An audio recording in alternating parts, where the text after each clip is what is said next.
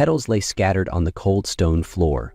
Clara's floral crown wept alongside her tears. The church was so quiet she could hear her own heart breaking. And he never came. Someone whispered, "He ran away." Clara sank to her knees on the altar steps, her wedding gown, stitched through countless orphanage nights, now soaked in tears and early spring rain. She didn't cry. Not then. She simply bowed her head, as if surrendering to fate. Time passed, like a cold wind slicing through the nave. Lucas, her closest friend, appeared with a pale face. "He flew out this morning," he said. No one said another word. They didn't need to. Clara tried to rise, but her legs betrayed her. She collapsed, the hem of her dress fanning out like the broken wings of a fallen angel. Rain began to fall. Each drop felt like sorrow, mourning a heart left abandoned in what was once called a sacred place. The rain wouldn't stop, as if the sky itself was grieving with her.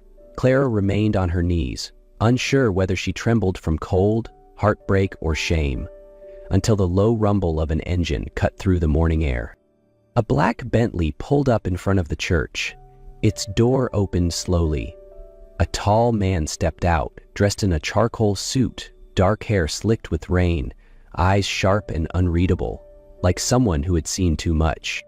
Clara didn't know him, but he looked at her as if he had met her in some forgotten, sorrowful dream. His gaze wasn't pity, it was recognition of pain. "Stand up," he said, voice deep and unwavering. "This moment isn't the end of your story." She wanted to ask who he was, but her lips refused to move. "Clara Moreno." He spoke her name like a quiet vow. "Pain is a door, not a wall." "An invitation to where?" she whispered, her voice nearly swallowed by the rain. The man stepped aside, motioning toward the car, its door already open. "To somewhere you can begin again, if you have the courage to go." Clara looked back at the church, the place where she'd been left, where her dream had shattered. And then, in a silence deeper than grief, she walked toward the car, not because she trusted, but because she had nothing left to lose. The mansion emerged like a silent dream behind the rain. The wrought iron gate creaked open, revealing a deep green garden and a pale house with black columns and steep gables, like a forgotten palace lost in time. Ethan said nothing on the drive, but in that silence Clara didn't feel coldness, only a loneliness that echoed the one inside her. Elena, the housekeeper, waited at the door, asking no questions as a girl in a soaked wedding dress entered the lavish hall. Ethan gave a simple nod. Sweet, and something dry for her to wear. Clara stood in the foyer, her eyes drifting over antique paintings, the marble spiral staircase, and chandeliers that sparkled like stars. Everything was so pristine, it made her feel like she didn't belong. "This used to be my wife's home," Ethan said, reading her thoughts. "She loved this place. I never had the chance to." Clara turned to look at him. "She died 7 years ago," he continued. "An accident. She was pregnant." His words fell like a confession, needing no comfort in return. "So you brought home a girl left at the altar?" Clara asked. "No," Ethan shook his head. "Because I recognized the eyes of someone who's just lost everything." Helena led her upstairs. The bedroom was like something out of a fairy tale, but Clara only saw her own reflection, hair tangled, cheeks damp, eyes worn. And when the door closed behind her, she collapsed onto the bed. Not from exhaustion, but because, for the first time in years, someone had looked at her as if she deserved to stay. In the days that followed, Clara lived like a shadow inside the mansion.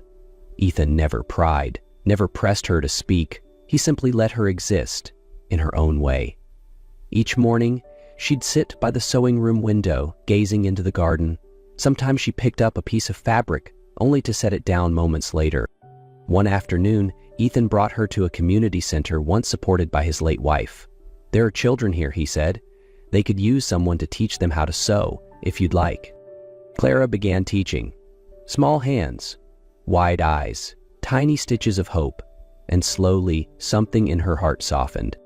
But peace hadn't yet taken root before the storm arrived. One morning, Helena knocked on her door, pale-faced. "The police! They're here! For you!" Clara froze at the accusation. Her former fiancé had claimed she'd stolen his family heirlooms on their wedding day. Her throat tightened. All she had left were her hands. And now, they wanted her dignity too. Ethan didn't panic. He simply said, "We'll go where the truth can speak for itself." They drove to an upscale jewelry store in the city. Ethan asked for security footage. The video played, proving Clara had never once stepped inside. She stood still, hollowed by relief. Outside the shop, Clara paused among the rushing crowd. "Why are you doing all this for me?" Ethan met her gaze, steady and unflinching. "Because no one should be silenced by someone else's version of their truth. And because, for the first time in 7 years, I felt something worth protecting."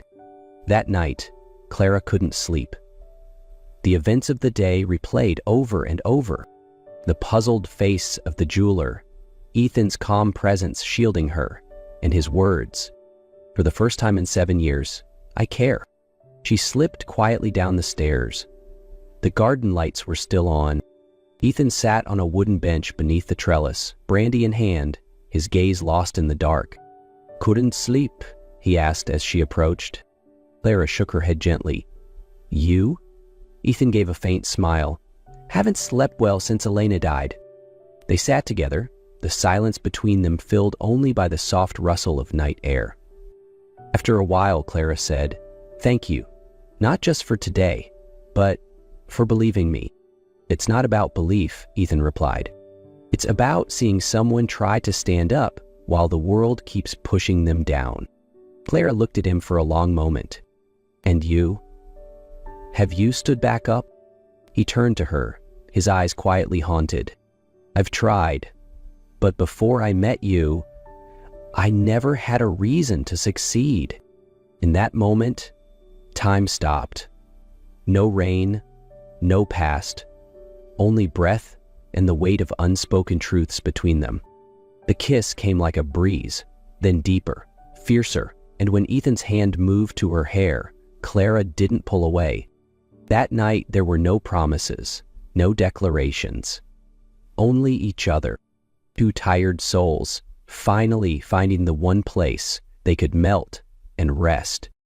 Dawn slipped through the silk curtains as Clara opened her eyes. Warmth still lingered in the sheets, the scent of tea and fireplace clinging faintly to her skin, but her heart felt heavy. The memory of last night, the unspoken glances, the quiet understanding, rose clearly as if it had happened just moments ago. She had slept in peace, wrapped in safety, and that was what frightened her the most. Silently, she slipped into her old clothes, now clean and folded. The silk outfit Helena had prepared remained untouched on the chair, her wedding dress gone, as if someone had quietly stitched away its pain. She wrote a short note, hand trembling over the paper. "Thank you for your kindness. But I can't stay, not because I don't want to, but because I'm afraid I'll need this too much." Clara stepped out quietly. The mansion in morning light looked softer, almost wistful. She walked away, taking the last bit of calm with her. She had no destination, until a message arrived. "Where are you, child? Come to St. Elysia's home. I need to see you." It was Sister Agnes. Clara sat in the back of a taxi, watching the city blur past like a river of memories. She returned to where it had all begun, the orphanage. The old house, with its scent of bread and jasmine, the only place that had ever called her by name with love. Sister Agnes opened her arms. Clara collapsed into them, unguarded. "You left something beautiful behind, didn't you?" Clara nodded, voice tight with emotion. "Because I wasn't brave enough to believe I deserved it." Returning to St. Elysia's home felt like stepping onto solid ground after drifting in a dream. Clara spent hours with the little girls in the sewing room, guiding their tiny hands with a patience she had never offered herself before. But peace never lingers long. One afternoon, the girls burst in, waving a magazine. On the cover, a blurred photo of Clara at the entrance of LaRue Manor. The headline screamed, Millionaire's secret lover revealed. Clara felt as if someone had stripped her bare under the harshest light. Quietly, she began gathering her things, ready to leave the workshop. But before she could, he arrived. Ethan appeared in the doorway like a gust of wind blowing against fear. No blame in his eyes, only resolve. "I can't let someone else write our story," he said. Then he pulled out his phone and made a call. Moments later, the doors flung open. Cameras, reporters, flashing lights. Clara stepped back, overwhelmed, but Ethan stepped forward and took her hand, for the world to see. "My name is Ethan LaRue," he declared, "and I love Clara Moreno." The room fell silent. "I love her not despite her past, but because of how she's survived it, because the light inside her never went out, even when the world tried to smother it." Clara stood frozen, eyes burning, his grip tightened gently. "This isn't a secret," he continued. "It's something that deserves to be spoken, proudly, publicly." Clara looked at him, then at the girls, watching her with wide, admiring eyes. She took a breath, lifted her chin. "And I love him," she said. "Not as a savior, but as the man who helped me see myself again." Ethan didn't leave after the press conference. He stayed in St. Elysia's home, not in a luxurious hotel, but in a small room at the end of the orphanage hallway, where the window opened to a garden of wild roses and morning bird song. Clara laughed the first time she saw him sprawled across the tiny single bed, legs awkwardly bent to fit. "Not quite like the places you're used to, huh?" she teased. "No," Ethan said, pulling her close. "But it's where I want to be, as long as it's with you." The days that followed passed in a warm quiet neither of them had realized they craved. Clara showed him the little corners of her forgotten childhood. They wandered the streets, ate buttery garlic bread from a street cart, sipped sweet corn milk from plastic cups, and shared coconut ice cream beneath the shade of flame trees. Ethan, who once dined under crystal chandeliers, now winced at spicy sauce, but still laughed, because Clara was laughing. Each morning, she taught the children how to sew pillowcases. Ethan, clumsy but determined, struggled to knot thread with hands more used to fountain pens and cell phones. When a little girl named Leah giggled, "Mr. Ethan sews worse than we do," he threw up his hands in defeat, grinning. Clara sat beside him, sunlight tracing soft lines in her hair, her heart finally quiet. No roses, no diamond rings, just the scent of soap, the sound of children's laughter, and two hands finding each other without hesitation. One breezy afternoon, Ethan helped her reorganize the fabric shelves in the sewing room. When he found an old sketchbook filled with wedding dress designs in faded pencil, he looked up and asked, "Have you ever designed for someone else?" Clara shook her head. "I always thought those dreams belonged to someone else." Ethan smiled, placing a hand gently on the page. "Then let's start again. Not for anyone else. For you." 6 months later, Clara Moreno sat in the sun-drenched sewing room of the old workshop in Santa Emilia. Resting on her lap was the wedding gown she had designed and stitched by hand over the past few weeks. This time, every thread wasn't sewn from longing, but from certainty. She had learned to love herself long before anyone else had chosen to. The dress was made of ivory Italian silk, flowing like a stream through memory. The bodice was hand-beaded with hundreds of tiny pearls, each one a former tear, now transformed into light. The embroidery was of roses, the same kind she first planted at Santa Emilia when she was 12. Sister Agnes entered, holding a fresh bouquet. She looked at Clara for a long time, then nodded softly. "You're no longer that frightened girl," she said. Clara smiled, eyes glistening. "Because this time, I'm walking toward what I chose, not what I once begged for." That morning, LaRue Manor seemed reborn.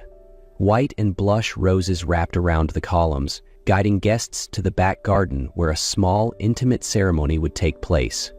No media, no spectacle, just those who truly loved them. The sisters, the girls Clara had taught to sew, loyal friends, and a few artists Ethan had once mentored. Ethan stood under a rose-covered arch in a classic black suit. On his lapel bloomed a blush rose, the very shade Clara once grew.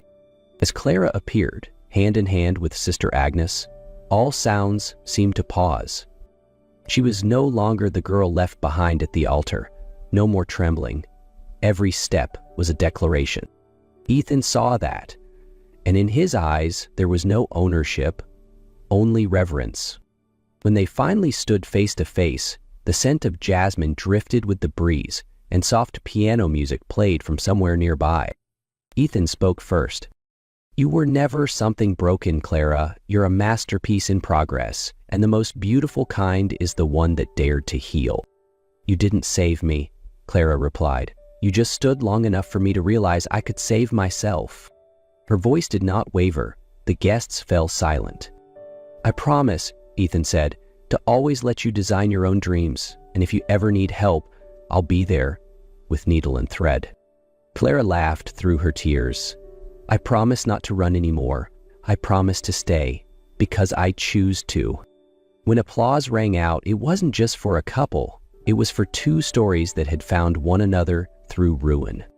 That evening, under candlelight and roses, among laughter and warm wishes, Clara and Ethan danced like the world had faded away. Every step a vow, every embrace a quiet covenant. Clara leaned into him and whispered, "I used to think you were my rescue, but you were the mirror that showed me how strong I'd become." Ethan kissed her forehead. "And you're the reason I believe in second chances." In that garden of quiet truths and soft-colored vows, they didn't just marry. They returned to one another, chosen not by fate, but by faith.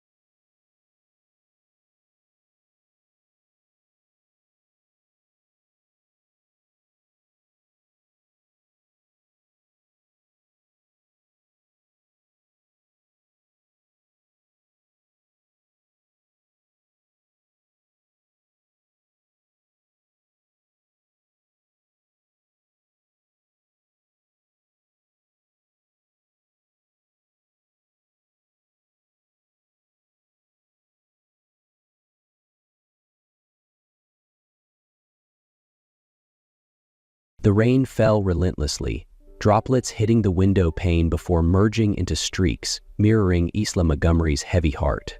She sat curled up on the window seat of her upscale Manhattan apartment, eyes fixed on the flickering city lights. Not because she loved the rain, but because she didn't want to face reality. At 26, Isla Montgomery was a highly regarded corporate strategist in New York's elite financial circles. To outsiders, she was strong, intelligent, and composed, a woman who never let anything break her. But the truth?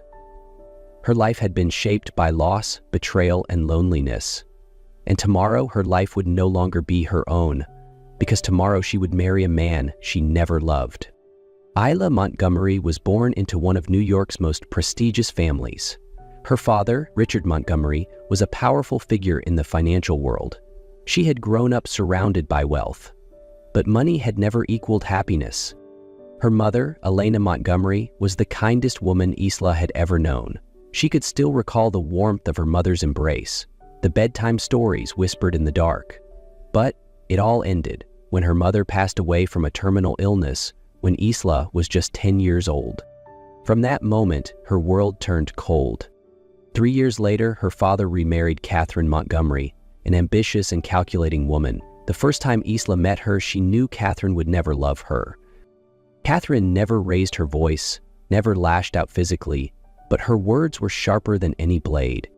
"Isla, you shouldn't spend so much time at home. A Montgomery heiress should have friends of her own status. That dress is far too cheap for a Montgomery. But then again, does it even matter? No one notices you anyway." She had once tried to regain her father's love, but it was futile. He never shielded her from Catherine. His work had always been his top priority, and Isla had always been just a shadow in his life. And so she learned the hard way, the only person she could rely on was herself. But no matter how strong she pretended to be, she couldn't deny the truth. Her house had never been a home.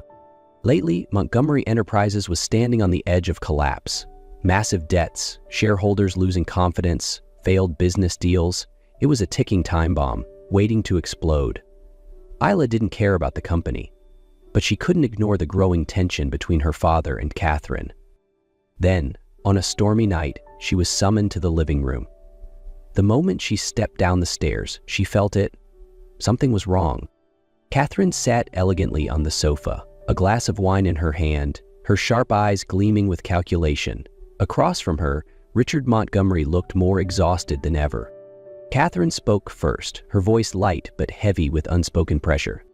"Montgomery Enterprises is in danger. We need a solution." Isla crossed her arms, raising a brow. "And what does that have to do with me?" Catherine smirked, placing a stack of documents on the table. "You will marry Nicholas Blackwell." The air in the room froze. Isla felt her blood turn to ice. Nicholas Blackwell, the CEO of Blackwell Industries, one of the most powerful conglomerates in the city. He wasn't just wealthy, he was infamous for his cold, ruthless nature. Isla shot up from her seat, her voice scorching the air. "No way, I am not your puppet." Catherine took a slow sip of wine before speaking, utterly unbothered. "Do you think you have a choice? Without Nicholas, the company will crumble. Your father will lose everything." Isla turned sharply to her father, her voice shaking with anger and heartbreak. "Are you really going to let them use me like a bargaining chip?" But Richard Montgomery said nothing. No words of comfort, no words of protest. Just silence. A sharp blade of betrayal pierced straight through Isla's heart. The man she had once admired had sold her like a piece on a chessboard. Catherine tilted her head, amusement flickering in her gaze. "You can hate me all you want, Isla, but the wedding will happen." Isla clenched her fists, her breath unsteady. She looked at her father, waiting, hoping he would say something, anything. But he remained silent. A sharp pain stabbed through her chest. So this was it. The man who was supposed to protect her had just sold her off like a mere business deal. She let out a shaky breath, blinking back the sting in her eyes. And then, slowly, she smirked. A cold, defiant smile. "Fine, I'll marry him, but don't expect me to be obedient." 3 days later, Isla was summoned to one of the most luxurious hotels in New York. When the elevator doors slid open to the top floor, she felt it instantly, the suffocating coldness of the air around her. Stepping into the VIP suite, her gaze landed on the man she was being forced to marry, Nicholas Blackwell. He sat on a sleek black leather sofa, exuding power and detachment. His features were chiseled to perfection, sharp jawline, piercing gray eyes, a face carved from ice. His tailored suit was flawless, not a wrinkle in sight, just like the man himself, ruthless, pristine, and utterly devoid of warmth. Isla smirked, breaking the silence. "Good evening, Mr. Blackwell. I'm Isla Montgomery, also known as your reluctant bride." The air between them grew heavier. Nicholas didn't move, didn't blink. He simply watched her, his gaze sharp, assessing, as if stripping away every layer of her defenses. The way he looked at her made her feel exposed, vulnerable. But she refused to show weakness, so she tilted her head, her smirk deepening. Then, in a low, deep voice, he finally spoke. "I don't care who you are, this is just a business transaction. We marry, live together for a year, then divorce. I have no time for childish games." A heavy weight settled in Isla's chest. She had expected Nicholas to be an emotionless machine, but seeing it firsthand still left a bitter taste in her mouth. Nicholas slid a thick stack of documents toward her. "Read through it. If you agree, sign at the bottom." Isla flipped through the pages, scanning the clauses. No interference in each other's personal lives, no emotional involvement, no public scandals or embarrassment. The contract lasts 5 years, after which divorce is an option. She let out a dry chuckle, her voice laced with sarcasm. "Do you seriously think emotions can be controlled by a contract?" Nicholas remained impassive, his gaze unwavering. "I don't need to control them, because I will never love you." Isa clutched her chest in mock pain. "Oh no, my poor heart shattered to pieces." Nicholas didn't react. His face was as unreadable as ever. She shrugged, picking up the pen and signing her name with deliberate nonchalance. "All right, Mr. Blackwell, I'll play your little game." The wedding was a grand illusion, a luxurious ceremony filled with high-profile guests and flashing cameras, but devoid of love, devoid of warmth. Isla wore a pristine white gown, but inside she felt nothing but ice. When the priest asked, "Nicholas Blackwell, do you take Isla Montgomery as your wife?" Nicholas didn't hesitate. His voice was deep, cold, and utterly emotionless. "I do." Isla raised an eyebrow at him, a smirk playing on her lips. She shrugged and spoke, her tone dripping with amusement. "Well then, I suppose I do too." Nicholas shot her a sharp glance but said nothing. The door to Nicholas's penthouse slammed shut, sealing them away from the outside world. Isla stepped forward, her eyes scanning the space. No roses, no champagne, no romance. Only sleek, modern perfection, cold, lifeless, just like its owner. She crossed her arms, smirking. "Well, Mr. Blackwell, this is our wedding night. Don't you think you should at least pretend to treat your wife properly?" Nicholas loosened his tie with precise movements, his voice razor sharp. "What exactly are you expecting?" Isla blinked innocently. "Oh, nothing extravagant. Maybe some wine, a pleasant conversation, or just a little affection." Nicholas let out a dry chuckle. Humorless, devoid of warmth. "You're wasting both of our time." He set his whiskey glass down, stepping closer. His presence was imposing, suffocating, yet still unreadable. "We both know this isn't a real marriage. There's no need to pretend." Isla tilted her head, laughing softly. "Are you always like this, cold, rigid, completely devoid of any fun?" Nicholas remained silent. He merely removed his watch, placing it neatly on the table. Mechanical, controlled, detached. His indifference irritated her more than anything. She crossed her arms, eyes glinting mischievously. "Tell me, Mr. Blackwell, do you even know what a wedding night is supposed to be?" Nicholas slid his hands into his pockets, his gaze unwavering. "I don't care." Isla smirked, twirling his tie around her fingers. She took a slow step closer, watching him carefully. "Then I suppose I'll have to make you care." Nicholas exhaled sharply, his patience wearing thin. He reached for his tie, yanking it from her grasp. "Stop testing me." His voice was lower now, edged with warning. Isla only laughed softly, stepping back with a victorious glint in her eyes. Nicholas Blackwell wasn't as unaffected as he pretended to be.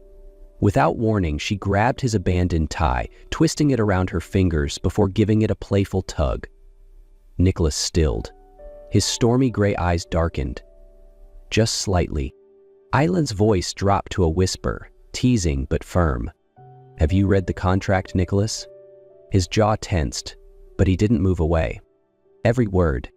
Isla let the tie slip from her fingers, stepping back with a daring smile. Good, then you should remember the first clause. Nicholas held her gaze for a long moment before finally turning away. Don't test me, Isla. The door to the guest bedroom clicked shut behind him. Isla grinned. Nicholas Blackwell had noticed her. And this was just the beginning. 3 weeks after the wedding, Isla's real nightmare began. She was in her office, flipping through a stack of documents, when her phone vibrated, an unknown number. She answered, her voice steady as always. Hello. But the voice on the other end wasn't her father's. It wasn't Catherine's either. It was a stranger's voice, cold, detached, tinged with regret.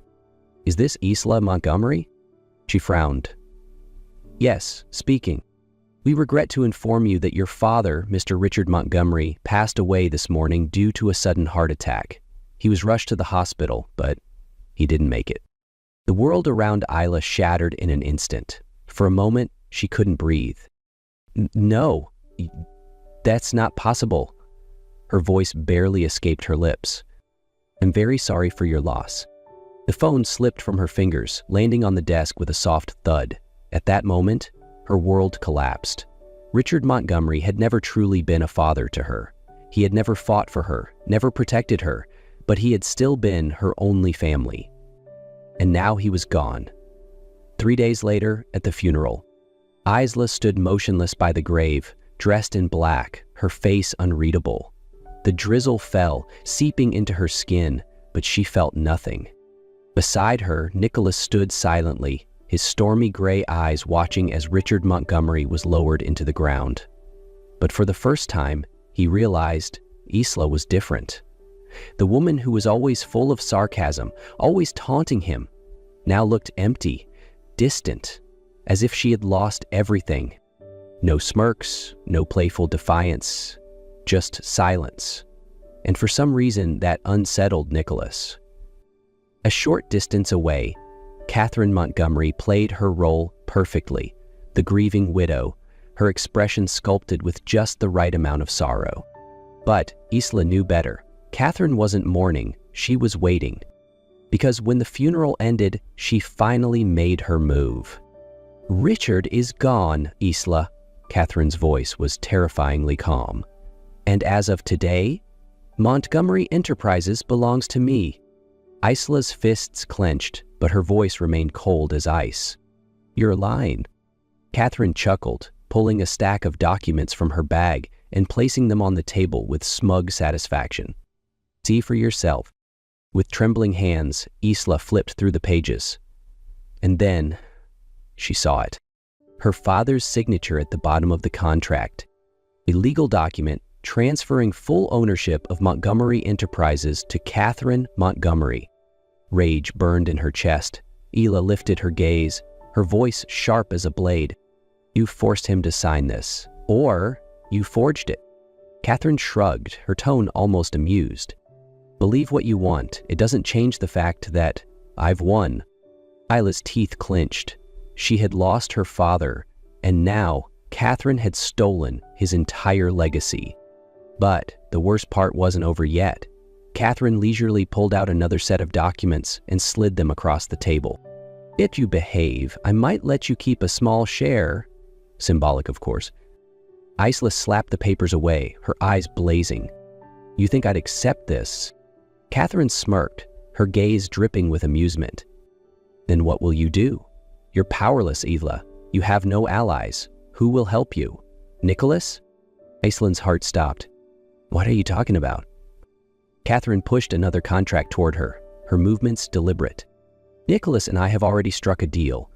If he collaborates with me, Blackwell Industries will receive a large stake in Montgomery Enterprises. Isla stared at the words. No, this couldn't be real. Nicholas had betrayed her? That night, at Nicholas's penthouse, Isla stormed into the room, her eyes burning with fury. You did this, didn't you? She threw the documents onto the table, her voice shaking with bitterness. You made a deal with Catherine. You betrayed me. Nicholas glanced at the papers, then up at her.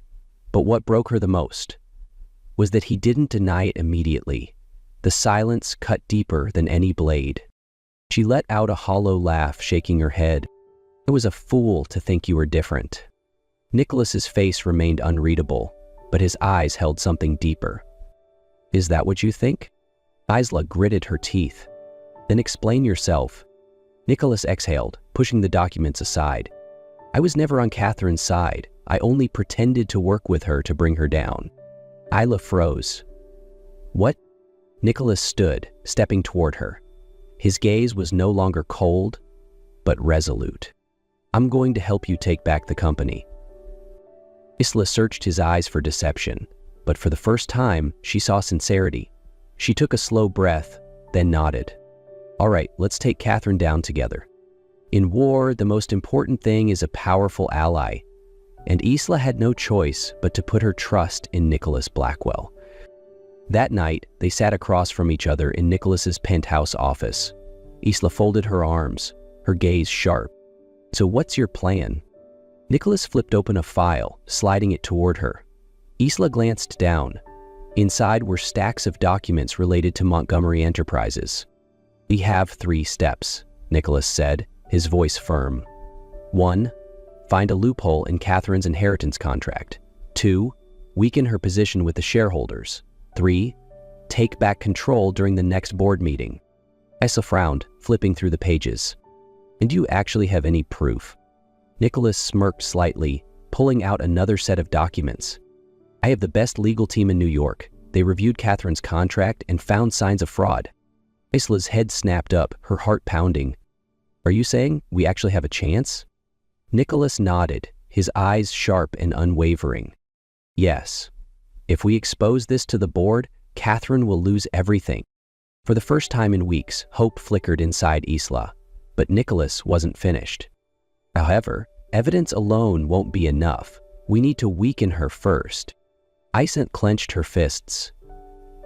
"I can convince some of the board members to turn against her." Nicholas leaned back, nodding. "Then that's where we start. You handle the people, I'll handle the legal side. By the time the board meeting arrives, Catherine Montgomery will no longer be queen." Isla studied him for a long moment. This was no longer just a business arrangement. For the first time, she felt like someone was truly on her side. She took a deep breath and reached out her hand. "Let's end this." Nicholas grasped her hand firmly, giving it a light squeeze. Time to take Catherine down. The plan was set. Isla and Nicholas immediately put it into motion. Nicholas brought in the best legal team in New York to analyze the inheritance contract. Just as he suspected, there were signs of forgery in Richard Montgomery's signature. "We need to present this to the board," Nicholas said, his eyes cold with determination. "Once the contract is questioned, Catherine's power will collapse." Isla nodded. "I'll take care of the shareholders." Isla met privately with the board members loyal to her father, revealing Catherine's true motives. "He doesn't care about the company. She's using it for her own benefit," Isla told a group of key shareholders. Doubt began to creep into their minds. Meanwhile, Nicholas dug up evidence of Catherine's shady financial deals, further eroding her credibility. The day of the board meeting arrived. Catherine entered the conference room radiating confidence, but Isla and Nicholas were ready to take her down. Isla rose to her feet, placing a folder on the table. "Today, I'm here to expose the truth about Catherine Montgomery." She flipped through the documents, presenting proof of the forged contract, Catherine's suspicious transactions, and the company's financial decline under her management. The shareholders began whispering among themselves, their faith in Catherine wavering. Nicholas stood, his voice cutting through the tension.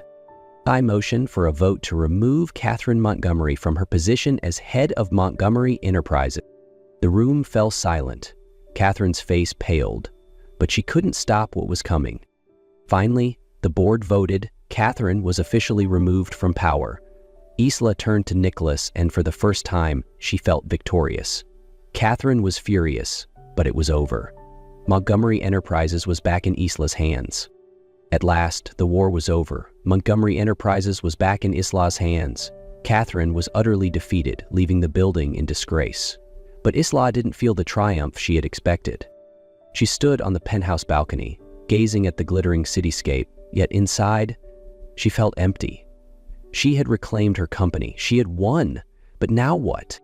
Footsteps echoed behind her. She didn't need to turn around to know it was Nicholas. He stood there, his eyes no longer distant. "We won," he said softly. Isla let out a quiet laugh, devoid of joy. "And what about our marriage?" Nicholas didn't answer immediately. Instead, he slowly reached into his pocket and pulled out a familiar stack of papers. Their marriage contract. Isa held her breath as he pulled out a lighter. In mere seconds, flames engulfed the pages, the fire consuming every clause, every condition. Isla's breath caught in her throat as Nicholas flicked the lighter open. The flame danced dangerously close to the pages. "Wait," she started, but it was too late. The fire caught, devouring the contract in seconds. She watched in stunned silence as the paper curled into blackened ashes, the last remnants of their transaction turning to dust. Her heart pounded. This wasn't Nicholas Blackwell, the ruthless businessman. This was something else, something terrifyingly real. Nicholas met her gaze, his voice low but certain. "I don't want a marriage with conditions anymore. I want you." Isa couldn't tear her eyes away from the ashes of their marriage contract. The clauses, the conditions, the rules they had set, all reduced to nothing. She looked up, meeting Nicholas's gaze. "Are you really willing to throw everything away?" Nicholas stepped closer, slow but deliberate. "This marriage started as a transaction, but it isn't anymore." Isla's heart pounded. She had always believed Nicholas was cold, incapable of emotion, but now there was something in his eyes, something deeper, something real. She shook her head, still unsure. "You're not someone who believes in love." Nicholas let out a soft chuckle, but this time, it wasn't mocking. "Maybe you're right, but if I have to believe in something, I want to believe in you." For the first time, Isla no longer saw Nicholas Blackwell as an emotionless machine. He didn't need to say much. His actions spoke louder than words.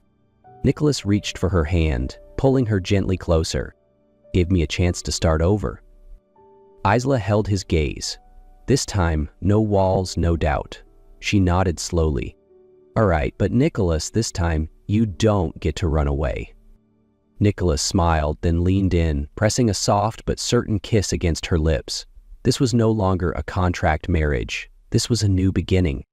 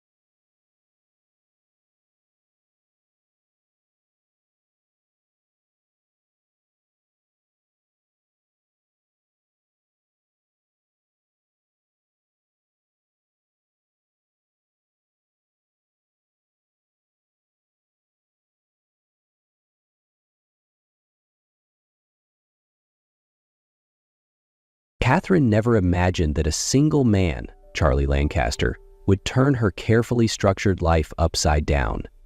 He wasn't just any CEO, he was the Ice King of Lancaster Technologies, a man as untouchable as he was powerful. And she was just an invisible administrative assistant, fetching coffee and organizing files. Every day was the same for Catherine. A tiny apartment, a crowded subway ride, and 8 hours of work where no one really noticed her. But then, the mystery gifts began. A pen, a book, anonymous notes with no signature. And then came the fire. Catherine never expected that a life-or-death moment would uncover a secret that was never meant to be revealed and change her world forever. Every weekday morning started the same for Catherine Hayes. 5:30 a.m. The alarm screamed, pulling her from restless sleep. She hit snooze twice, a small rebellion before another day inside the glass fortress of Lancaster Technologies. 7:15 a.m. A crowded subway ride, the press of bodies, the robotic voice announcing stops, reminding her she was just one of millions moving through the city. 8:00 a.m. Catherine walked into the office, sterile and pristine. Like always, she went straight to the coffee machine, memorizing the complicated orders of executives, especially Charlie Lancaster's black coffee. No sugar, just a splash of almond milk. He barely acknowledged her. His sharp gaze swept over her like she was part of the office furniture, unimportant, unseen. But then, one day, something changed. A small velvet box sat on her desk. Inside, a deep blue Mont Blanc fountain pen gleamed under the fluorescent lights. She frowned. She hadn't ordered this. A folded note lay inside, written in strong, elegant handwriting. For your words.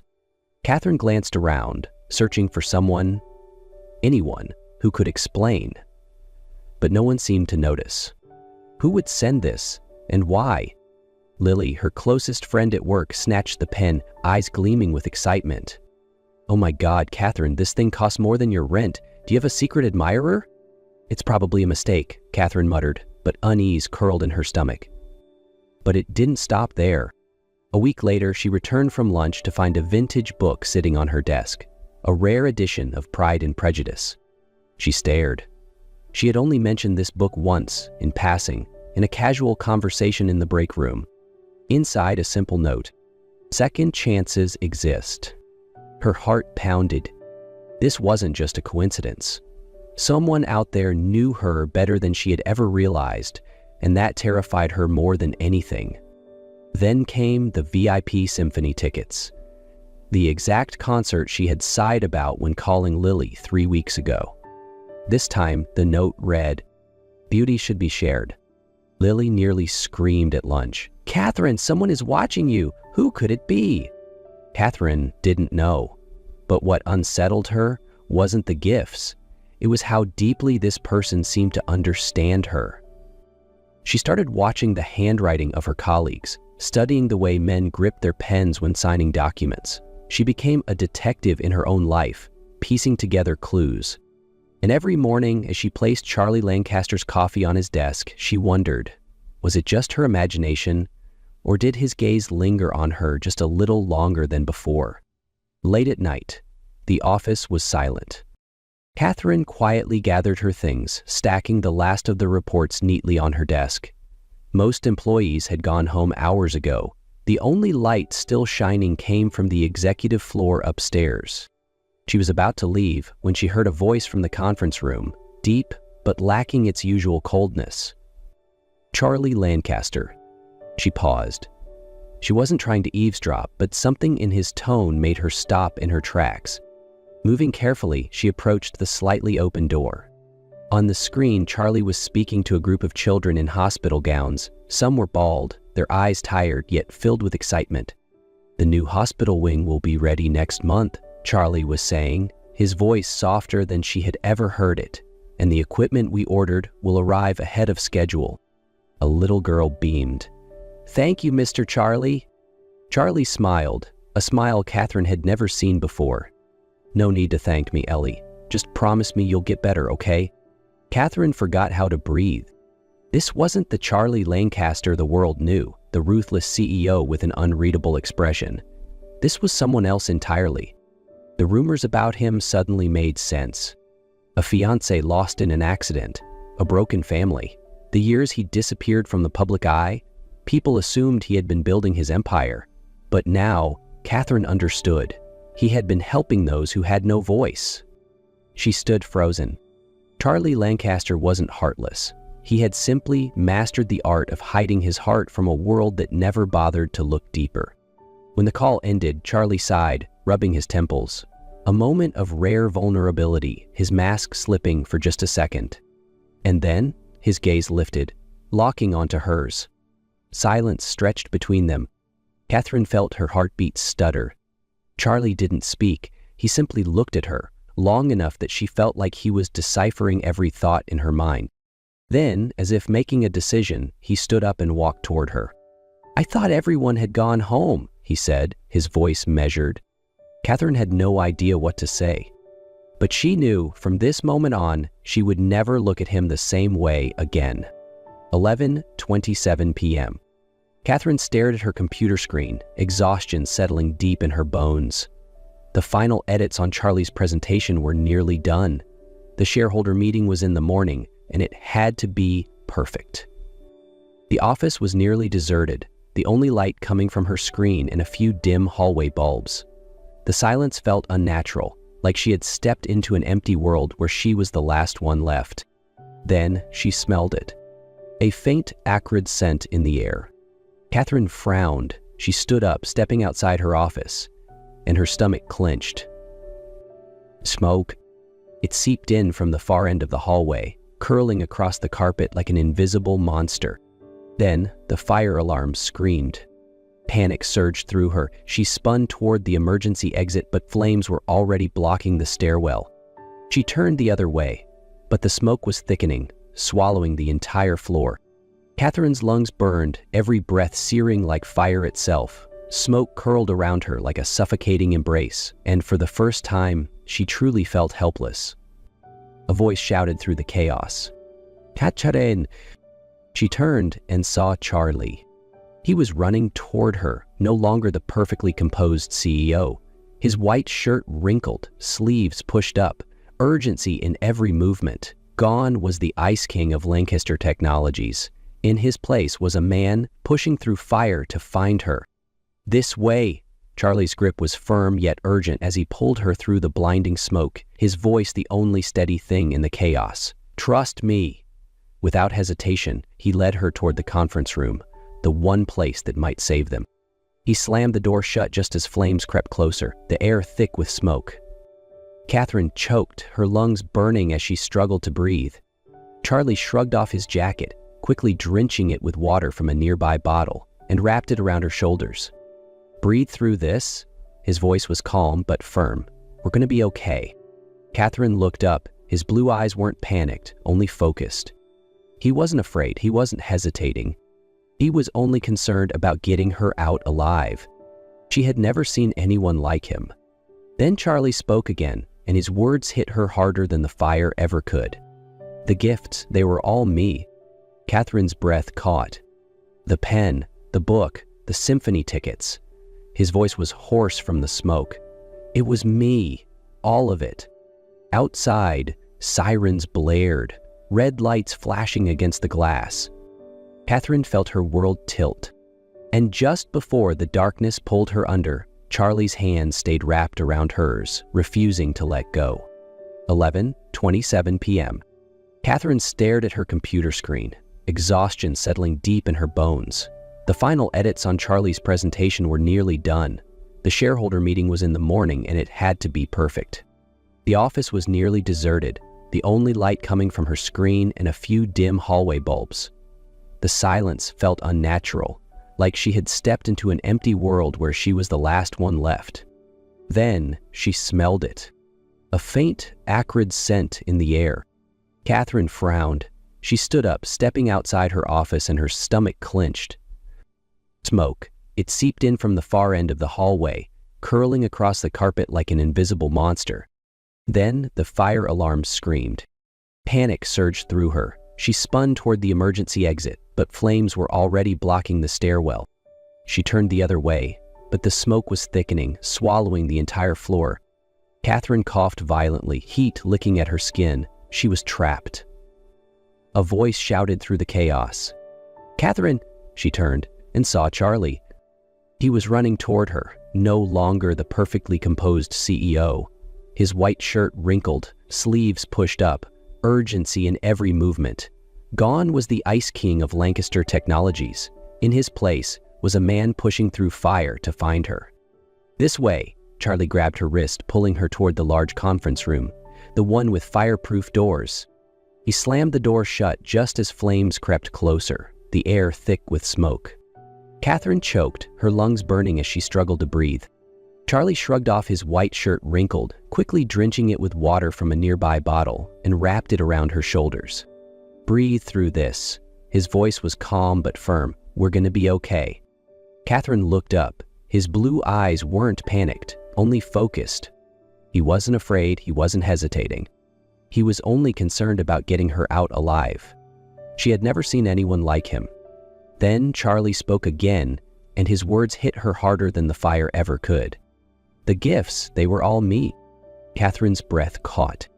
"The pen, the book, the symphony tickets." His voice was hoarse from the smoke.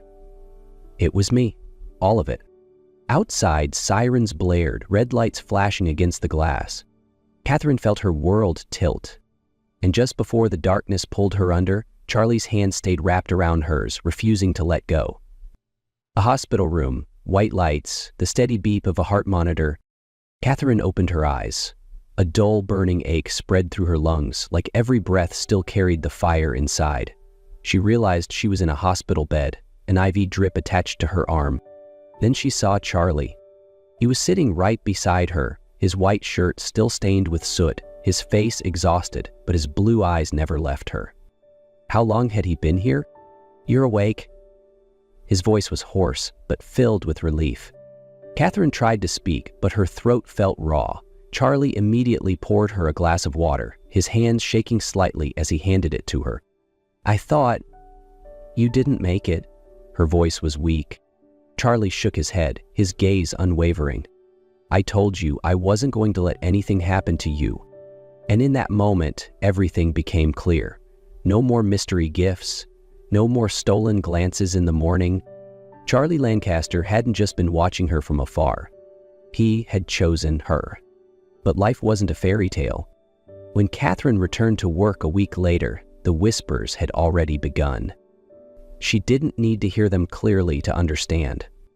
Why would the CEO risk his life for her? Do you think they had something going on? She's obviously using him. No one cared about the truth. No one saw the man who had risked everything, not as a CEO protecting an employee, but as a man fighting for someone who mattered more than anything. He tried to shield her, but the more he did, the worse the rumors became. And then, HR called her in. "We believe a department transfer might be in everyone's best interest." Best for who? Catherine wanted to laugh. She walked out of that office with her mind made up. This couldn't continue. That evening, she wrote her resignation letter, but instead of emailing it, she walked straight to the executive floor, where Charlie was in a board meeting. Under the stunned gazes of the company's top executives, she placed the letter in front of him. "I'm not leaving because I did anything wrong." She met his gaze, steady and sure. "I'm not leaving because of the rumors or because of the whispers behind my back. I'm leaving because for the first time in my life, I know exactly what I want, and I won't let fear stop me." Charlie held her stare, not surprised, only something that looked like regret. But he didn't stop her. Because he knew, just as she did, this was a battle she could never win if she stayed. 2 days later, a knock sounded at Catherine's apartment door. She opened it, and Charlie stood there. No tailored suit, no distant demeanor, just a man with unspoken words in his eyes and a thick manuscript in his hands. Her manuscript. Catherine froze, her heart pounding. "You read it?" Charlie nodded, voice steady. "Every word." He lifted the pages, lined with his handwritten notes. "You wrote a beautiful story, Catherine." His voice softened. "But you got one thing wrong." Catherine frowned. "Wrong? What do you mean?" Charlie inhaled deeply, as if finally gathering the courage he had long lacked. "The ending." She barely had time to react before he continued. "Because in the real story," his voice shook slightly, "I have loved you for so long, Catherine, but I was a coward. I thought standing in the shadows, watching over you was enough. I thought the gifts could speak the words I never dared to say. But when I almost lost you, I knew silence was no longer an option." Catherine felt the world tilt. "I hid behind the gifts." Charlie let out a small, broken laugh, his blue eyes filled with something raw and real. "I thought watching you from a distance was enough. But when I saw you surrounded by smoke, when I thought I had lost you, I realized that if I didn't reach for you, I would have nothing left." Catherine swallowed hard, her chest tightening at every word. "I resigned." She stared at him, speechless. Charlie met her gaze, unwavering. "I don't care about titles or what the world expects of me. I don't want to be your boss, Catherine. I just want to be the man who sees you, truly sees you for everything you are and everything you dream to be." Catherine's heart skipped a beat. She stepped aside, opening the door wider. "Do you want to come in?" Charlie gave a small, knowing smile. "I thought you'd never ask." That night, they talked like there had never been a wall between them. That night, they started writing a new story, their own. 6 months later, their novel was published. One evening, as Charlie walked into Catherine's living room, his gaze suddenly caught on something. A framed photograph on her bookshelf. Catherine followed his eyes, then let out a soft laugh. It was an old charity concert photo from 20 years ago. On stage, her mother played the violin, and beside her, a little girl with Catherine's eyes. Charlie exhaled, as if something finally made sense. "Fate has been trying to bring us together for a long time," he murmured, "but this time, I'm not letting it slip away." Catherine looked up at him, smiling. "Because love isn't about fate or destiny. It's about choosing each other, every single day, and together we'll keep writing, one page at a time." Catherine and Charlie's love wasn't just sweet, it was filled with laughter. Charlie, once a cold and calculated CEO, now struggled to make breakfast for Catherine, often resulting in something more burnt than any failed business deal. "Charlie, is that supposed to be scrambled eggs or an emergency?" Catherine giggled, watching him frown at the pan. "I can run a company, Catherine, but I can't run a frying pan." On the other hand, Catherine wasn't much better when she tried to teach Charlie yoga to help him relax. "This pose is supposed to release tension." "Catherine, I'm not tense, but I think my spine is about to snap." Between romantic nights and ridiculous moments, they both knew they had found the perfect person to spend forever with. 1 year later, Catherine never imagined she would stand in a room filled with candlelight, her heart pounding, as the man before her knelt down, a ring in his hand. Charlie took a deep breath, as if, despite once being a powerful CEO, this was the hardest thing he had ever done. "Catherine Hayes?" His voice was steady, his blue eyes locked onto hers. "I spent too long hiding how I felt, but from the moment I almost lost you in that fire, I swore I would never let that happen again. You are not just the woman I love. You are my partner, the person who showed me that life isn't just about numbers and strategies, but about small, priceless moments." Charlie opened the box, a simple but elegant diamond ring. "So, I ask you, will you continue writing this story with me? Will you be my wife?" Catherine laughed softly, tears glistening in her eyes. "Of course, yes," Charlie grinned, standing up and pulling her into his arms, as cheers and applause erupted around them. A sunny day, a chapel filled with white roses. Catherine walked down the aisle, her father by her side, but her eyes were only on one person, Charlie, waiting at the end, his blue eyes filled with nothing but love. When her father placed her hand in his, Charlie held it tight, making a silent promise that he would never let go again. "From today, we start a new chapter together." And as they kissed for the first time as husband and wife, Catherine knew this was the most beautiful chapter yet. 3 years later, Their cozy beachside home was filled with laughter. Charlie sat on the living room floor, his once crisp suits replaced by a rolled-up shirt and soft, adoring eyes as he held their twin daughters in his lap. Emma and Lily, their little princesses. Catherine leaned against the doorway, smiling as she watched her husband play with their daughters. "Daddy, read us a story." Emma, with the same deep blue eyes as her father, pouted. "Tell us the love story about you and Mommy," Lily, the mischievous one, giggled. Charlie glanced at Catherine, his eyes twinkling. "Our love story? All right, but you should know, your mother wrote it." Catherine laughed, stepping forward to sit beside them, wrapping all three in her arms. In that moment, she knew she had everything, and the story they had written together would continue forever.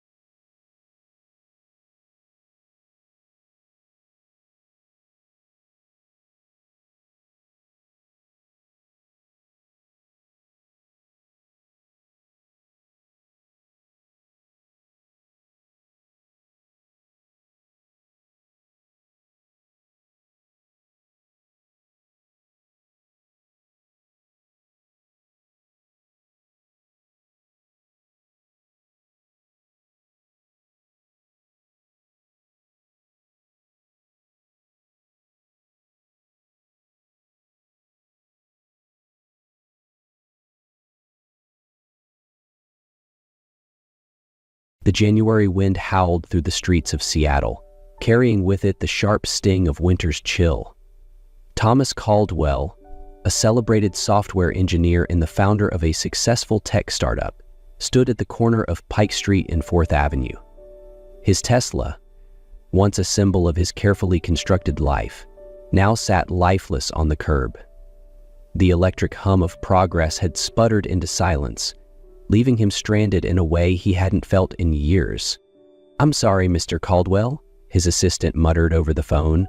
"The tow truck is delayed in the meeting." "Schedule it," Thomas interrupted, glancing at his watch. It was already 8:50 a.m., and he knew the window to salvage the day was closing. "I'll figure something out." His eyes scanned the street, landing on a nearby bus stop, where a small shelter stood amidst the bustling city. Public transportation felt foreign to Thomas, almost like stepping into a world he had left behind long ago.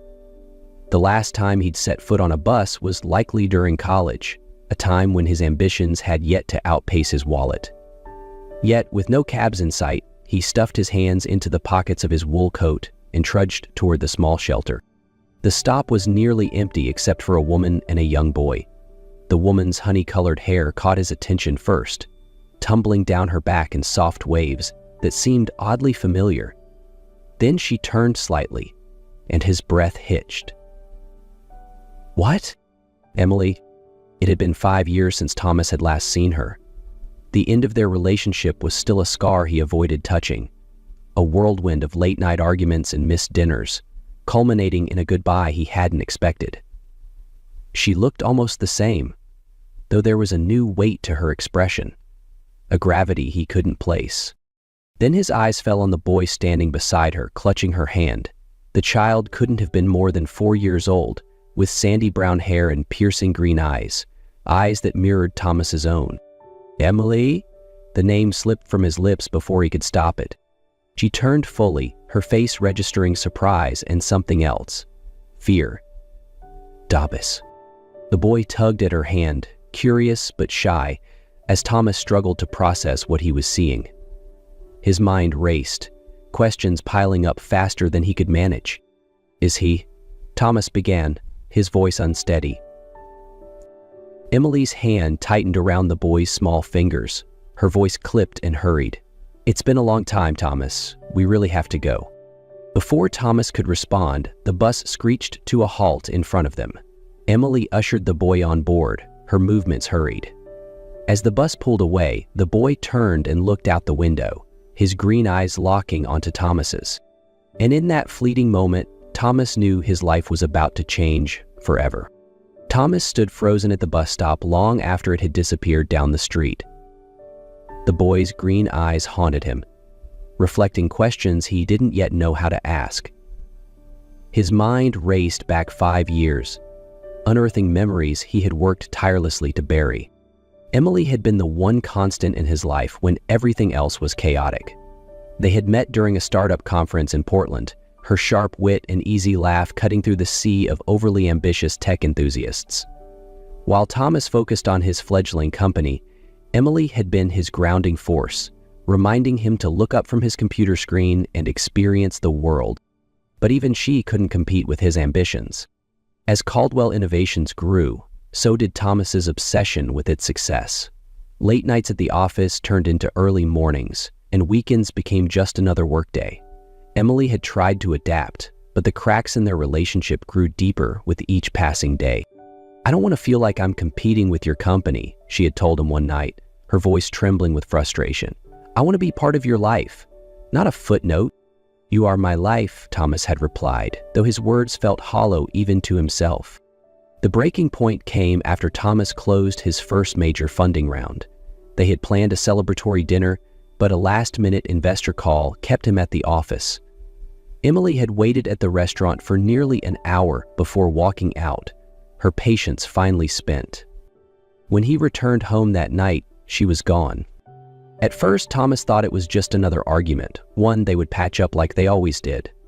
But days turned into weeks, and Emily never came back. Her phone went straight to voicemail, and mutual friends offered little help, claiming she needed space. What Thomas didn't know then was how deeply Margaret Caldwell his mother, had played a role in their separation. Margaret had always been protective of her only son. As the widow of a corporate titan, she saw Thomas's relationship with Emily as a distraction from his true purpose, continuing the Caldwell legacy. Margaret's disapproval had been subtle at first.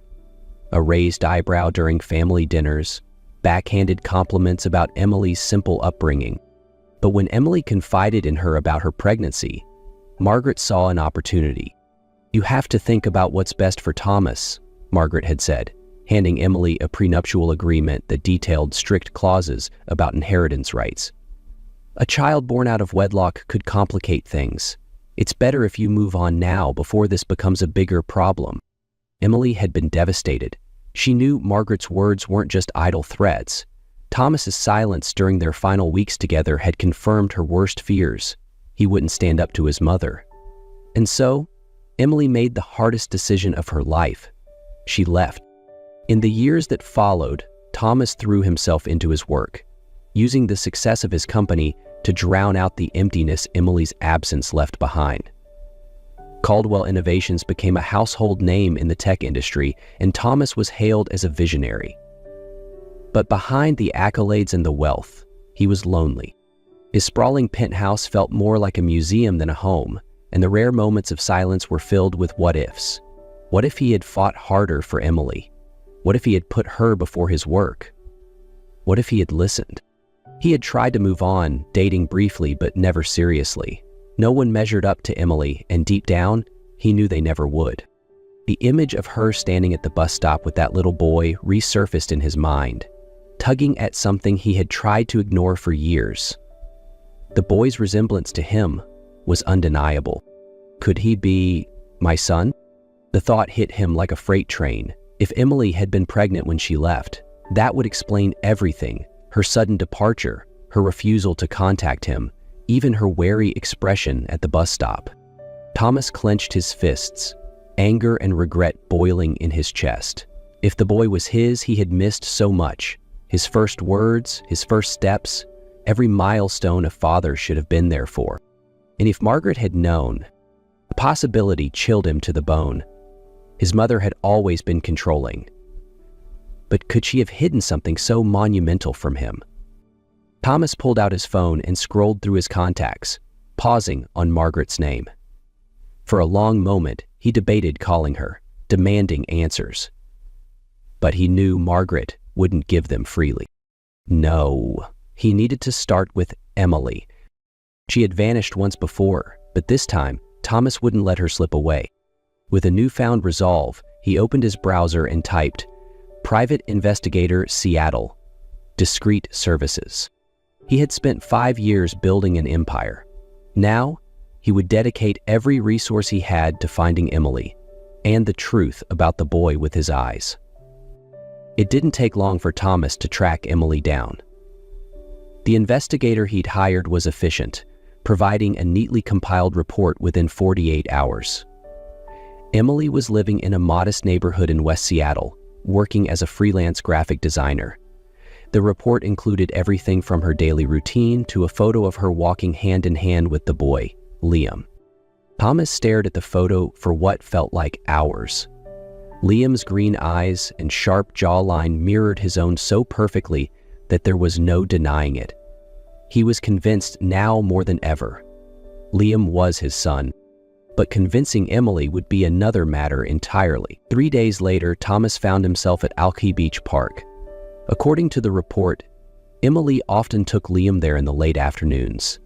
He waited on a bench, his heart pounding as he scanned the area. When he finally saw them, his breath caught. Emily was sitting on a blanket under the shade of a tree, helping Liam build a sandcastle. The boy's laughter rang out across the park, light and carefree, and Thomas felt a pang of loss for the years he had missed. For a moment, he considered leaving. What if she refused to talk to him? What if she turned Liam against him? But then Liam looked up, spotting him, and his small face lit up with curiosity. There was no turning back now. "Emily," Thomas called, approaching cautiously. Emily's head snapped up, and her body tensed as if bracing for a blow. "Thomas," she said, her voice carefully neutral. She instinctively pulled Liam closer, placing a protective hand on his shoulder. "Hi," Thomas said, his voice unsteady. He looked at Liam, who stared back at him with wide, curious eyes. "Hi, kiddo," Como said. "Who's this, Mommy?" Liam asked, tilting his head. Emily hesitated, then smiled tightly. "Just an old friend." Thomas felt the words like a slap, but chose to ignore them. "Can we talk, Emily? Please." Emily glanced at Liam, then sighed. "Liam, why don't you play on the swings for a bit? I'll watch you from here." The boy nodded, grabbing a plastic bucket and running off toward the playground. Thomas waited until Liam was out of earshot before turning back to Emily. "You've been following me," she accused, crossing her arms. "I needed answers," Thomas admitted. "You disappeared, Emily. I didn't know where you went or why. Then I saw you at the bus stop, and..." He swallowed hard. "Liam, is he my son?" Emily's expression hardened. "What does it matter, Thomas? You have your life, and we have ours." "It matters because I've missed 4 years of his life," Thomas said, his voice rising. "If he's my son, I deserve to know him. I deserve to be part of his life." Emily shook her head. "You can't just walk in and expect everything to be fine. Do you have any idea how hard it's been? Raising him on my own, knowing what your mother would do if she found out about him?" "My mother?" Thomas frowned. "What does she have to do with this?" Emily laughed bitterly. "Everything, Thomas. She showed me that prenuptial agreement and made it clear that Liam would never be accepted by your family. She said I was a distraction, that I was holding you back. And you? You were never there. Always working, always somewhere else." Thomas felt the weight of her words settle over him like a storm cloud. "Emily, I didn't know. If I had..." "But you didn't," she snapped. Her voice softened as she looked toward Liam, who was now gleefully sliding down the playground spiral slide. "I had to protect him, Thomas. I couldn't let him grow up feeling unwanted." Thomas stepped closer, lowering his voice. "He's not unwanted. He's my son, Emily. I can see it. I felt it the moment I saw him." Emily's eyes filled with tears, but she quickly blinked them away. "And what happens when you get bored? When your work becomes more important again? Liam doesn't deserve that." "I've changed," Thomas said firmly. "I'm not the man I was 5 years ago. Let me prove it to you. Let me prove it to him."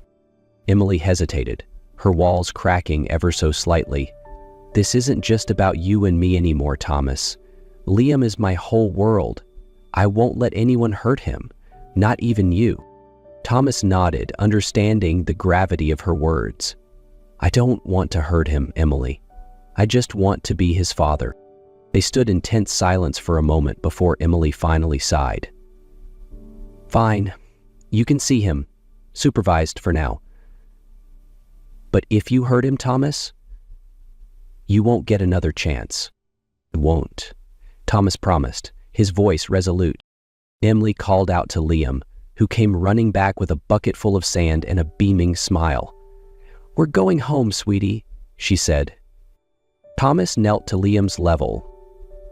"It was nice meeting you, Liam," he said, his voice catching. Liam tilted his head. "You'll be around again, right?" Thomas glanced at Emily, who gave a reluctant nod. "Yeah, buddy," he said, his heart swelling with hope. "I'll be around." Thomas left Alki Beach with a mix of hope and apprehension. Emily had given him a chance, but it came with conditions. Conditions he was determined not to break. As he drove back to his office, Liam's face remained vivid in his mind. Those green eyes weren't just a resemblance. They were a reflection of everything Thomas had lost. He spent that night poring over the investigator's report again, looking for gaps that Emily hadn't filled. It wasn't just about finding out where she had been for the past 5 years.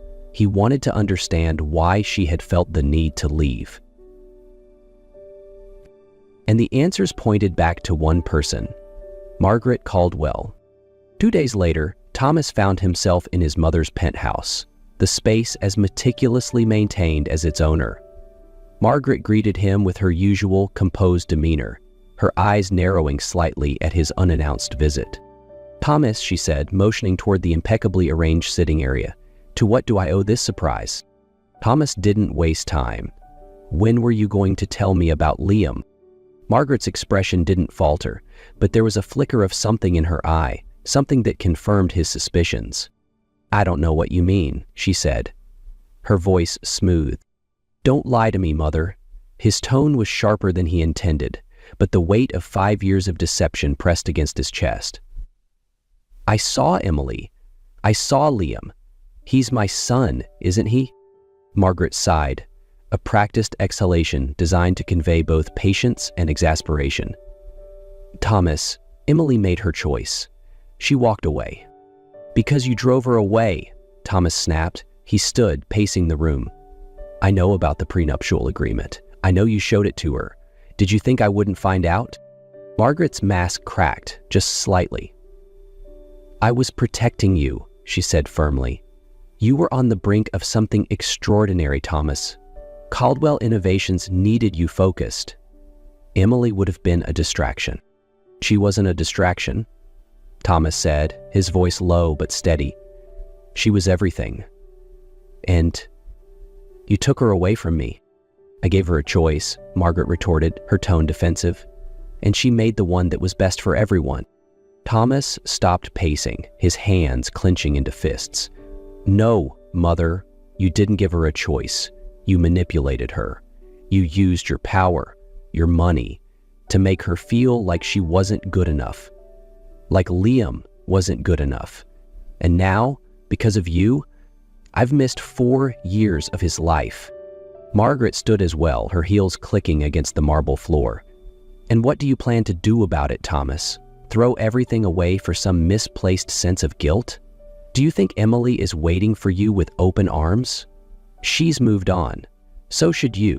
Thomas stared at her, a surge of anger and resolve rising within him. "You lost the right to decide what's best for me years ago, and you never had the right to decide what's best for Liam." Margaret's face hardened. "You'll regret this, Thomas.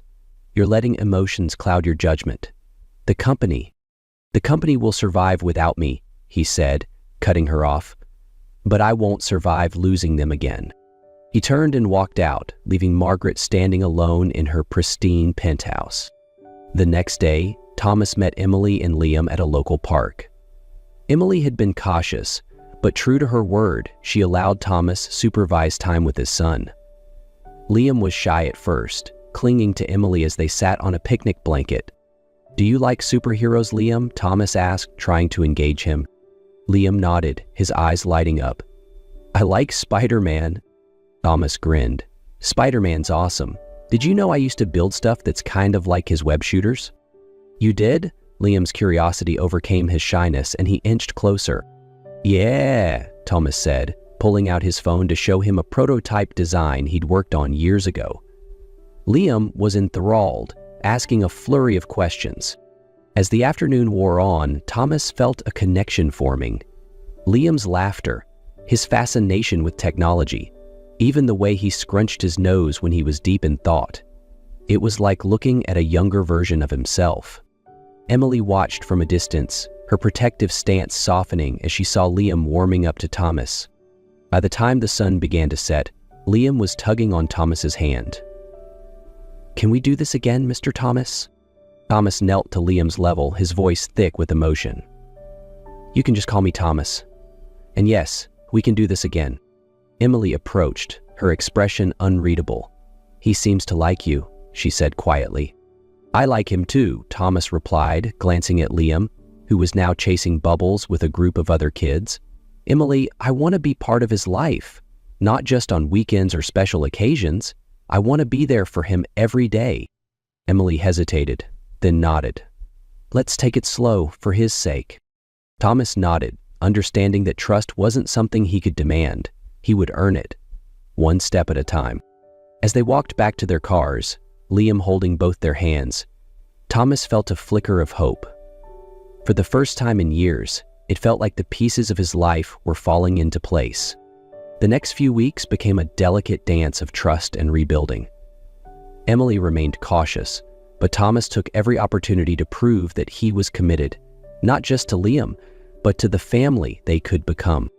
Every Saturday, they met at a small community center near Emily's neighborhood. Liam loved the play area, and Thomas used these moments to connect with his son. At first, Liam had been shy, sticking close to Emily, but as the days passed, he grew more comfortable. One morning, Liam tugged on Thomas's sleeve as they sat by the building blocks. "Can you build a tower with me, Mr. Thomas?" Thomas smiled, kneeling beside him. "Of course, and you can just call me Thomas, buddy." Liam tilted his head, curiosity flickering in his green eyes. "Can I call you Dad?" Thomas froze for a moment, his heart racing. "Like what?" Liam shrugged. "Maybe. Dad?" The word hit Thomas like a tidal wave. He looked at Emily, who stood a few feet away, her eyes wide with surprise. She didn't say anything, but she didn't stop Liam either. Thomas swallowed the lump in his throat. "You can call me whatever feels right to you, Liam." "Okay, Dad," Liam said, grinning. Later that afternoon, as Emily and Thomas packed up the toys, she finally spoke. "He's starting to trust you." Thomas nodded. "It means everything to me." Emily hesitated. "I want to believe you, Thomas. But I've seen how work can take over your life. I can't let Liam get attached if you're going to disappear when things get busy." Thomas paused, setting down the toy he was holding.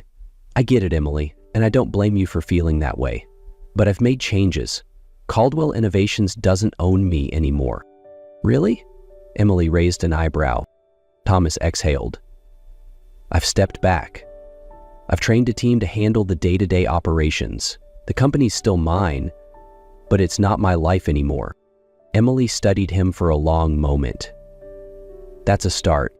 The turning point came one rainy evening when Emily called Tomas unexpectedly. "Liam's sick," she said, her voice anxious. "He has a fever, and I can't get it down." Thomas was already grabbing his keys. "I'll be right there." When he arrived, Emily looked frazzled, cradling a groggy Liam on the couch. "He's been like this since this afternoon," she said. Thomas knelt beside them, gently touching Liam's forehead. "We should take him to urgent care, just to be safe." Emily nodded, and they bundled Liam up together. At the clinic, Thomas stayed by Liam's side, distracting him with silly faces and stories while the doctor examined him. "It's just a viral infection," the doctor said eventually. "Keep him hydrated, and he should be better in a few days." Relief washed over both parents as they returned to Emily's apartment. Liam was already dozing off in Thomas's arms, his small head resting on his father's shoulder. Emily watched as Thomas carefully laid Liam down in his bed, pulling the blanket up to his chin. The tenderness in his movements brought tears to her eyes. "Thank you," she said softly when they stepped out of Liam's room. "You don't have to thank me," Thomas replied. "This is what I want, to be here, to help, to be part of his life." Emily looked at him, her walls finally beginning to crumble. "It's not just about him, Thomas. It's about us too. Can I trust you not to hurt me again?" Thomas took her hands, his gaze steady. "I know I let you down before, Emily. I can't undo the past, but I can spend every day proving that I've changed. I don't just want to be Liam's dad. I want to be the partner you deserve." Emily's eyes shimmered with unshed tears. "I'm scared, Thomas." "I am too," he admitted. "But I think we owe it to ourselves and to Liam to try." From that night on, things began to shift. Thomas became a fixture in their lives, not just as a visitor, but as a partner. He picked Liam up from preschool, helped with bedtime routines, and even learned how to make Liam's favorite dinosaur-shaped pancakes. Emily started to relax, allowing herself to enjoy the moments of laughter and joy that Thomas brought back into their home. For the first time in years, she began to imagine a future where they could truly be a family. One Saturday morning, as they sat around the kitchen table, Liam looked up from his plate and asked, "Are we like other families now?" Thomas and Emily exchanged a glance, and Thomas reached over to ruffle Liam's hair. "We're better, buddy. We're our own kind of family." Emily smiled, the last of her doubts fading away. Life settled into a comfortable rhythm for Thomas, Emily, and Liam. Thomas became deeply involved in Liam's daily life: school drop-offs, bedtime stories, and weekend pancake mornings. Slowly, Emily's walls began to fall, and a sense of family took root. One crisp afternoon, as they walked through the park, Thomas stopped and turned to Emily. "I've been carrying this for 5 years," he said, pulling out a small velvet box. Inside was a diamond ring. "Emily Bennett, losing you was the greatest mistake of my life. Being given a second chance is more than I deserve, but I promise to never waste it. Will you marry me?" Tears filled Emily's eyes as she smiled. "Yes, Thomas." He slipped the ring onto her finger, and they kissed, the promise of forever hanging in the autumn air. When they returned home, Liam greeted them with wide eyes. "Why is Mom so happy?" Thomas knelt to his son's level. "Because she just said yes to being a family forever." "Really?" Liam exclaimed, clapping his hands. "So I can call you Dad all the time now?" "You bet, buddy," Thomas said, lifting him into a hug. As the sun set, they sat together on the couch, wrapped in each other's arms. This wasn't just the end of a chapter. It was the beginning of a new story, built on trust, love, and the joy of second chances.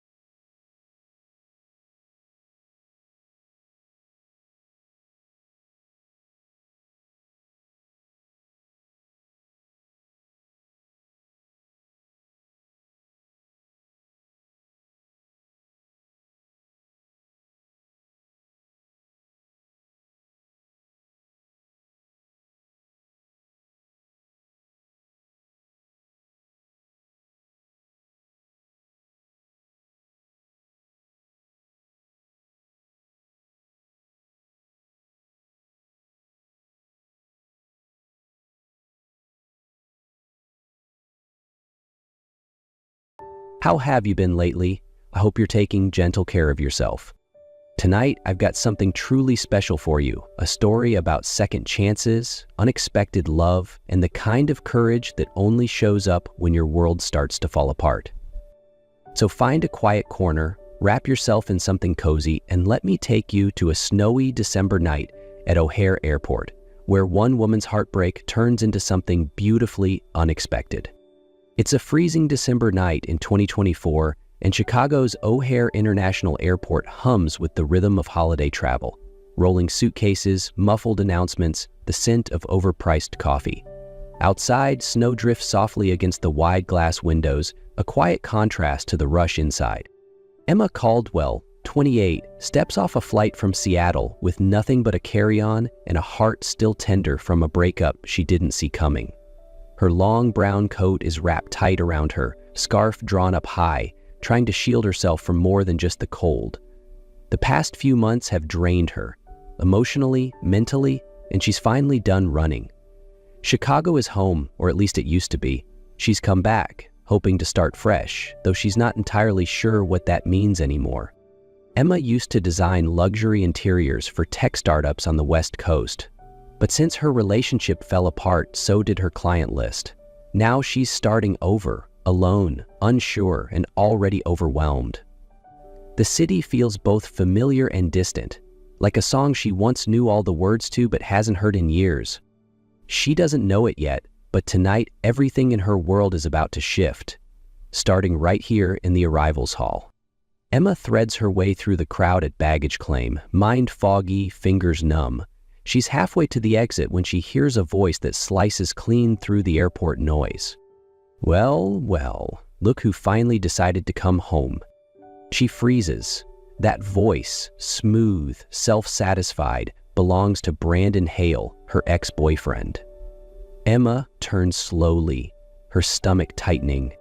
There he stands, smug in his tailored overcoat, hair slicked back like he just stepped out of a courtroom ad, and next to him, arms crossed and wearing a smirk that could curdle milk, is Sienna Blake, her 26-year-old half-sister, the same half-sister who once posted a filtered birthday selfie while their mother was in the ICU.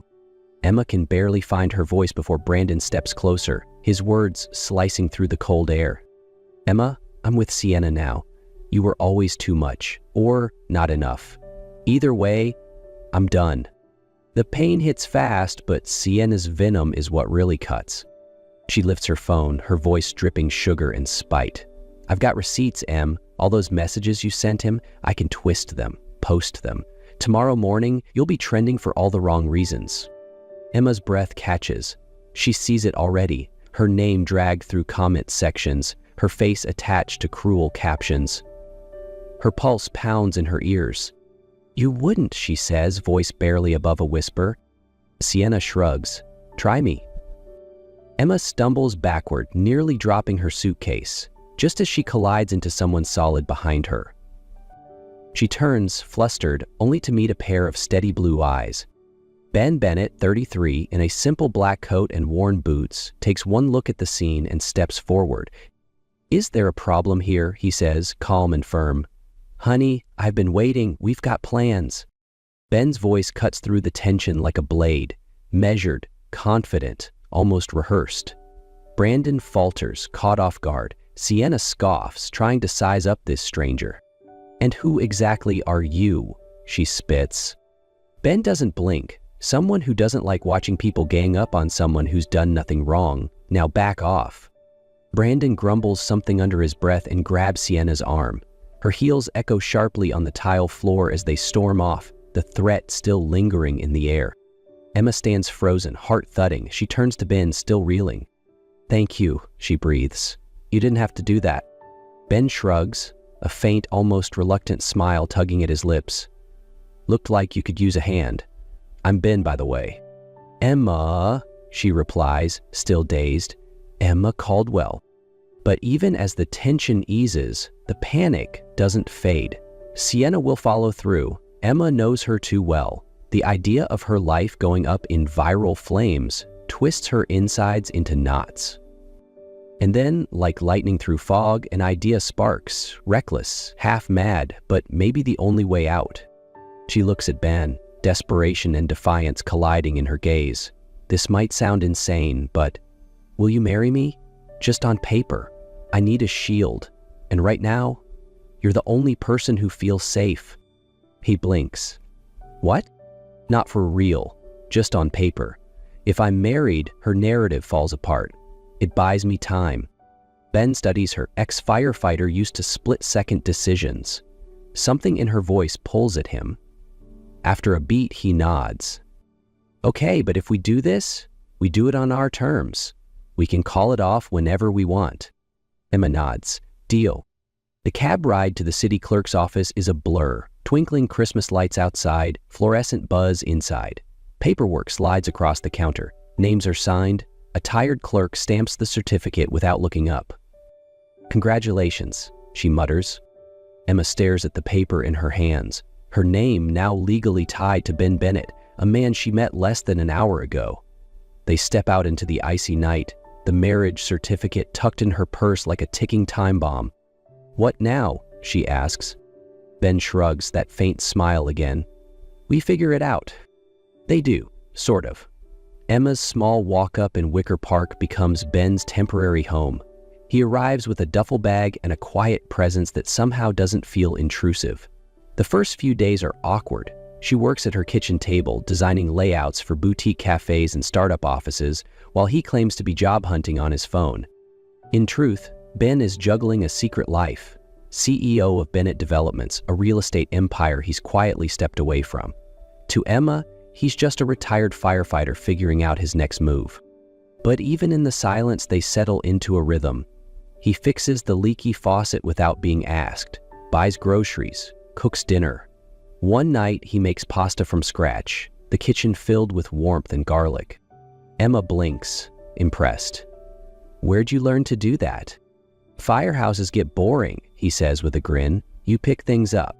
She laughs, a sound rare and unguarded. Something loosens between them. They still don't know what this is, but for the first time since the night at the airport, Emma doesn't feel completely alone. Dinner becomes a quiet ritual. Shared meals, soft music, the low hum of the city outside. One night, after finishing a bottle of red wine gifted by a former client, Emma finds herself speaking more freely than usual. My mom died when I was 16, she says, eyes on her glass. Cancer. My dad married Sienna's mom 6 months later. It was like I disappeared. Ben listens, fork paused midair. I moved out the day I turned 18, she continues. Haven't looked back since. Sienna? She's always played the victim in designer heels. My dad? I think he just wanted to forget my mom existed. Ben's gaze softens. That's rough. Sounds like you've been on your own a long time. Emma nods, swallowing the lump in her throat. Pretty much. She looks at him. What about you? Ben hesitates, then offers a partial truth. Former firefighter, parents passed a few years ago, no siblings, it's just me now. It's enough for now. Emma doesn't push. There's something in his eyes that says the rest of his story is locked away, not ready to be told. Later, they sit on the couch, the TV murmuring in the background. Their hands brush, neither moves. Emma breaks the silence. I don't know why you said yes to this. Ben glances at her, voice quiet but certain. Because you looked like someone worth helping. For the first time in a long while, Emma believes that maybe she is. Just when things begin to feel almost normal, the past comes clawing back. Emma's phone buzzes one morning, an anonymous message with a screenshot of an old text she once sent to Brandon. The caption reads, "Still pathetic. Still obsessed." Below it, the sender is clear, Sienna. Emma's hands tremble as she shows the screen to Ben. She's starting again, she whispers. She's posting this stuff online. Before panic can fully settle, a sharp knock sounds at the door. Emma opens it to find Sienna standing there, flawless as ever, phone in hand. Just thought I'd check in, she says, peering inside with a mocking smile. And who's this? Your rebound? He looks budget. Emma's jaw tightens, but before she can speak, Ben steps beside her. Ben Bennett, he says coolly, her husband. and you're interrupting our morning." Sienna blinks. "Husband, please." Without missing a beat, Ben pulls a small box from his coat pocket. A silver bracelet, sleek and elegant. "Here, Emma," he says, handing it to her. "Thought you'd like it." She slips it on, stunned. "Believe it now?" Ben asks Sienna, his voice firm. Sienna's smirk falters. "This isn't over," she snaps before turning on her heel and disappearing down the hallway. Emma exhales slowly. The bracelet shimmers under the morning light, and so does something else: gratitude. A week later, Ben surprises Emma with 2 tickets to a charity gala downtown. "You've been cooped up too long," he says, handing her a simple black dress. "Let's just get out for a night." Emma hesitates, but agrees. The venue is dazzling, floor-to-ceiling windows overlooking the lake, chandeliers glowing like stars. Emma feels underdressed, out of place. But Ben fits right in, exchanging nods with sharply dressed strangers. They're sipping champagne when a man in a tailored suit approaches. "Mr. Bennett," he says, extending a hand. "Good to see you back." Emma's glass halts mid-air. Ben recovers smoothly. "Good to see you too. This is my wife, Emma." Wife. The word lands with a strange weight. The man nods and disappears, but Emma is already looking at Ben, suspicion burning in her eyes. "Why did he call you Mr. Bennett like that meant something?" she asks. Ben exhales and sets down his glass. "We should talk, somewhere private." Out on the balcony, with the city glittering below, he finally says it. "I'm not just a firefighter. I run Bennett Developments, real estate, construction. The company's mine." Emma blinks, stunned. "You're a CEO, and you didn't tell me? I wanted you to see me, not the money, not the title." She steps back, hurt washing over her. "So, this whole time, you've been lying." "I wasn't lying," he says softly. "I was waiting." She looks away, the silver bracelet on her wrist suddenly heavier than before. "I need time," she says, and walks back inside, leaving Ben in the cold, regret settling around him like snow. The morning after the gala, Emma's phone rings. The caller ID makes her stomach twist. Richard Caldwell. Her father's voice is clipped, tense. "We need to talk. Come to the old house in Lake Forest. It's about your mother's company." Emma hasn't spoken to him in years. Still, something in his tone, urgency mixed with desperation, makes her agree. When she tells Ben, he insists on coming, but Emma shakes her head. "If it's really about her, I need to go alone." The house is exactly as she remembered: cold, grand, and empty of warmth. Richard is waiting in the sitting room, alongside Jocelyn Blake, Sienna's mother, whose smile is razor thin. Richard wastes no time. "Grayson Interiors is collapsing. The company your mother built, it's drowning. We need an investor fast." Emma folds her arms. "So why call me now?" "Because you owe us," Jocelyn snaps. "Victor Kessler is willing to save the company, but he wants a personal connection." Emma blinks. "You mean me?" Richard's voice lowers. "It's not personal, it's business. Meet him, convince him, help us keep the company." Emma recoils. "You want to sell me off like some bargaining chip?" Richard's jaw tightens. "It's practical." Before Emma can speak, Jocelyn adds coldly, "Do it for your mother. She'd want this saved." But Emma knows that's a lie. She stands slowly, voice shaking but firm. "You didn't care when she died. You don't get to use her now." And with that, she walks out, heart pounding, fury rising, and finally ready to fight back. Emma slams the door behind her as she steps out into the cold. Her breath fogs the air, but the fire in her chest burns hotter than any winter wind. She dials Ben as she walks to her car. "You were right. They don't want help, they want control. They'd rather sell me than lose their grip." "I'm on my way," Ben says, already grabbing his coat. Back at the apartment, Emma rifles through a box of old documents. Tucked between yellowed sketchbooks and photo albums, she finds what she's looking for: her mother's will, the original copy. Her heart pounds as she reads the words aloud. 50% of Grayson Interiors and full rights to the Lake Forest house, bequeathed to Emma Caldwell. Ben arrives just as she finishes. They took it all, she says, and they lied. Ben doesn't hesitate. Then we take it back. He pulls out his phone and calls Danielle Brooks, a sharp, no-nonsense attorney he's worked with for years. I need everything they've touched looked into. Property, shares, the will. If it's stolen, I want it returned. Emma watches him, something shifting inside her. He's no longer just the stranger who stepped in at the airport. He's standing beside her, ready to go to war for her past. And this time, she won't be running. They sit together, the will spread across the table like a battle plan. The fear hasn't vanished, but now it's joined by something stronger. Resolve. Trouble doesn't wait long to respond. That evening, Emma's phone buzzes again, an anonymous number. When she picks up, a voice distorted through a voice changer hisses.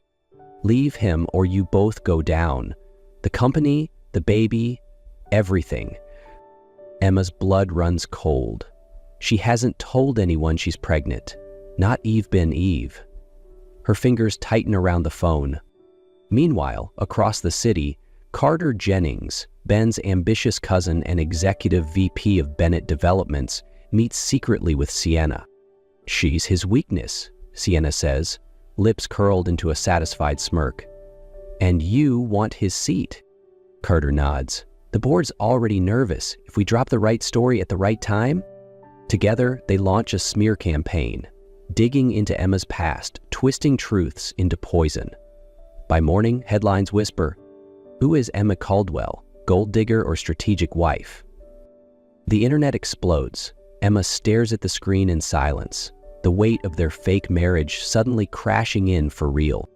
Emma wakes to the sound of her phone ringing. Her father again. "It's your grandmother. Eleanor's not well," he says, his voice laced with urgency. "She's asking for you. Come alone." Despite everything, Emma races north to Lake Forest, heart pounding. Eleanor Caldwell, her grandmother, is the only one who ever truly loved her. She won't ignore the call. At the old house, Richard meets her at the door, expression grave. "She's upstairs, but listen. Before you go up, there's something we need." Emma narrows her eyes. "If you sign over your shares, Grayson Interiors, the house, we can save it all," he says. "Do it for the family." Emma pushes past him, climbing the stairs 2 at a time. Eleanor lies in her chair, frail but alert, eyes shining when she sees Emma. "I knew you'd come," she whispers, voice weak. Richard bursts in, papers in hand. "Sign it now, please."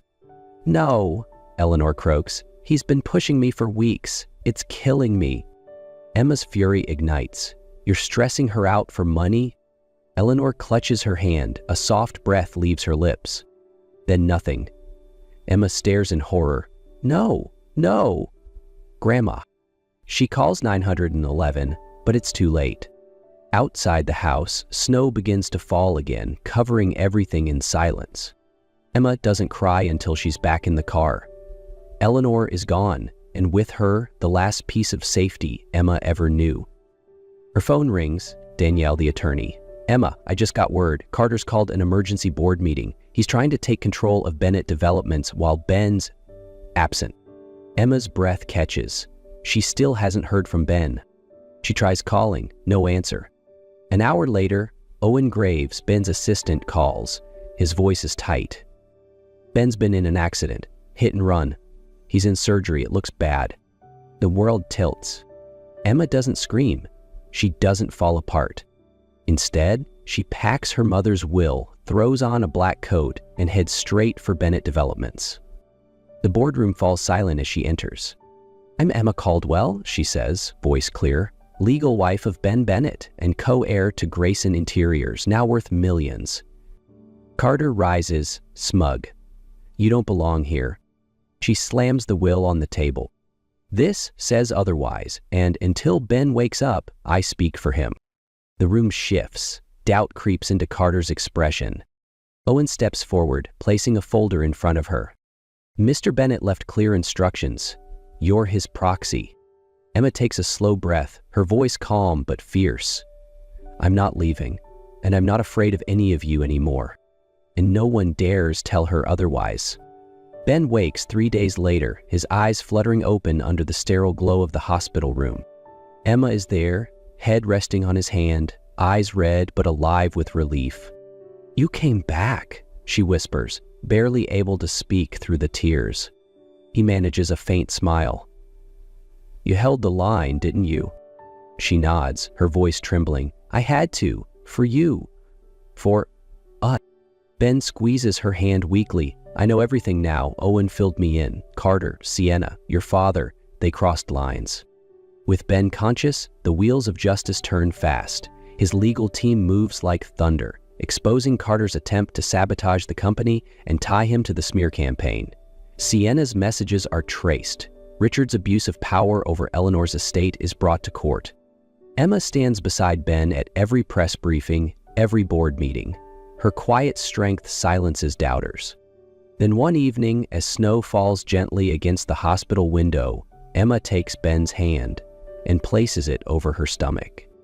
"I was going to wait, but you deserve to know now." Ben blinks, stunned. "We're having a baby." Silence. Then joy breaks through the pain on his face. His voice is hoarse but sure. "We're gonna be okay, all three of us." Spring arrives quietly in Chicago.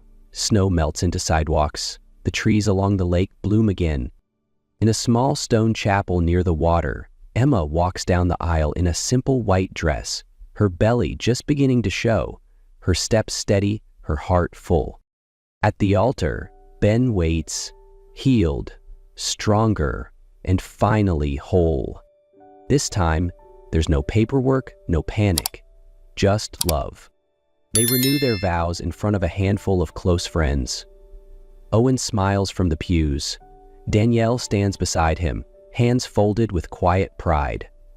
There's no grand spectacle, just two people choosing each other for real. "You may kiss the bride," the priest says with a warm grin.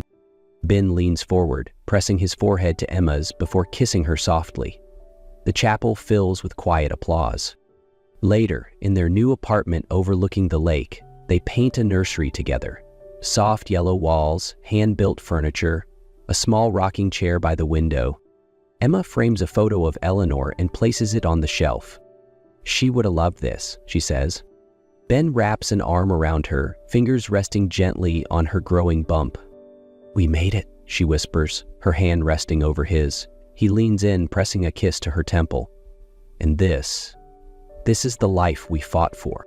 The past may have broken them, but love, real, unshakable, put them back together again.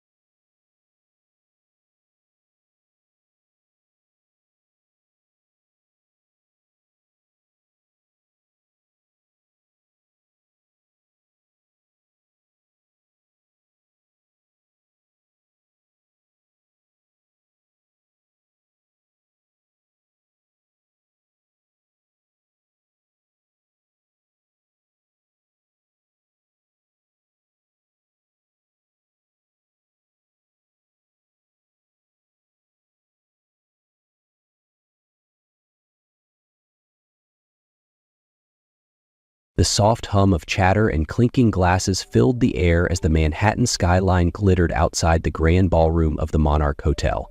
Among the crowd of polished elites, Naomi Carter, a rising star in interior design, sipped her champagne quietly. Her eyes wandered over the room, analyzing the elegant layout with the keen eye of someone who lived to transform spaces into something magical. For Naomi, events like this were more about inspiration than indulgence. She thrived on creativity and discipline, her designs adorning some of the most exclusive properties in the city. Tonight, though, felt different. Like the universe had more in store for her than just networking. Across the room, Ethan Blake, a renowned tech engineer and CEO of a cutting-edge AI company, stood at the bar.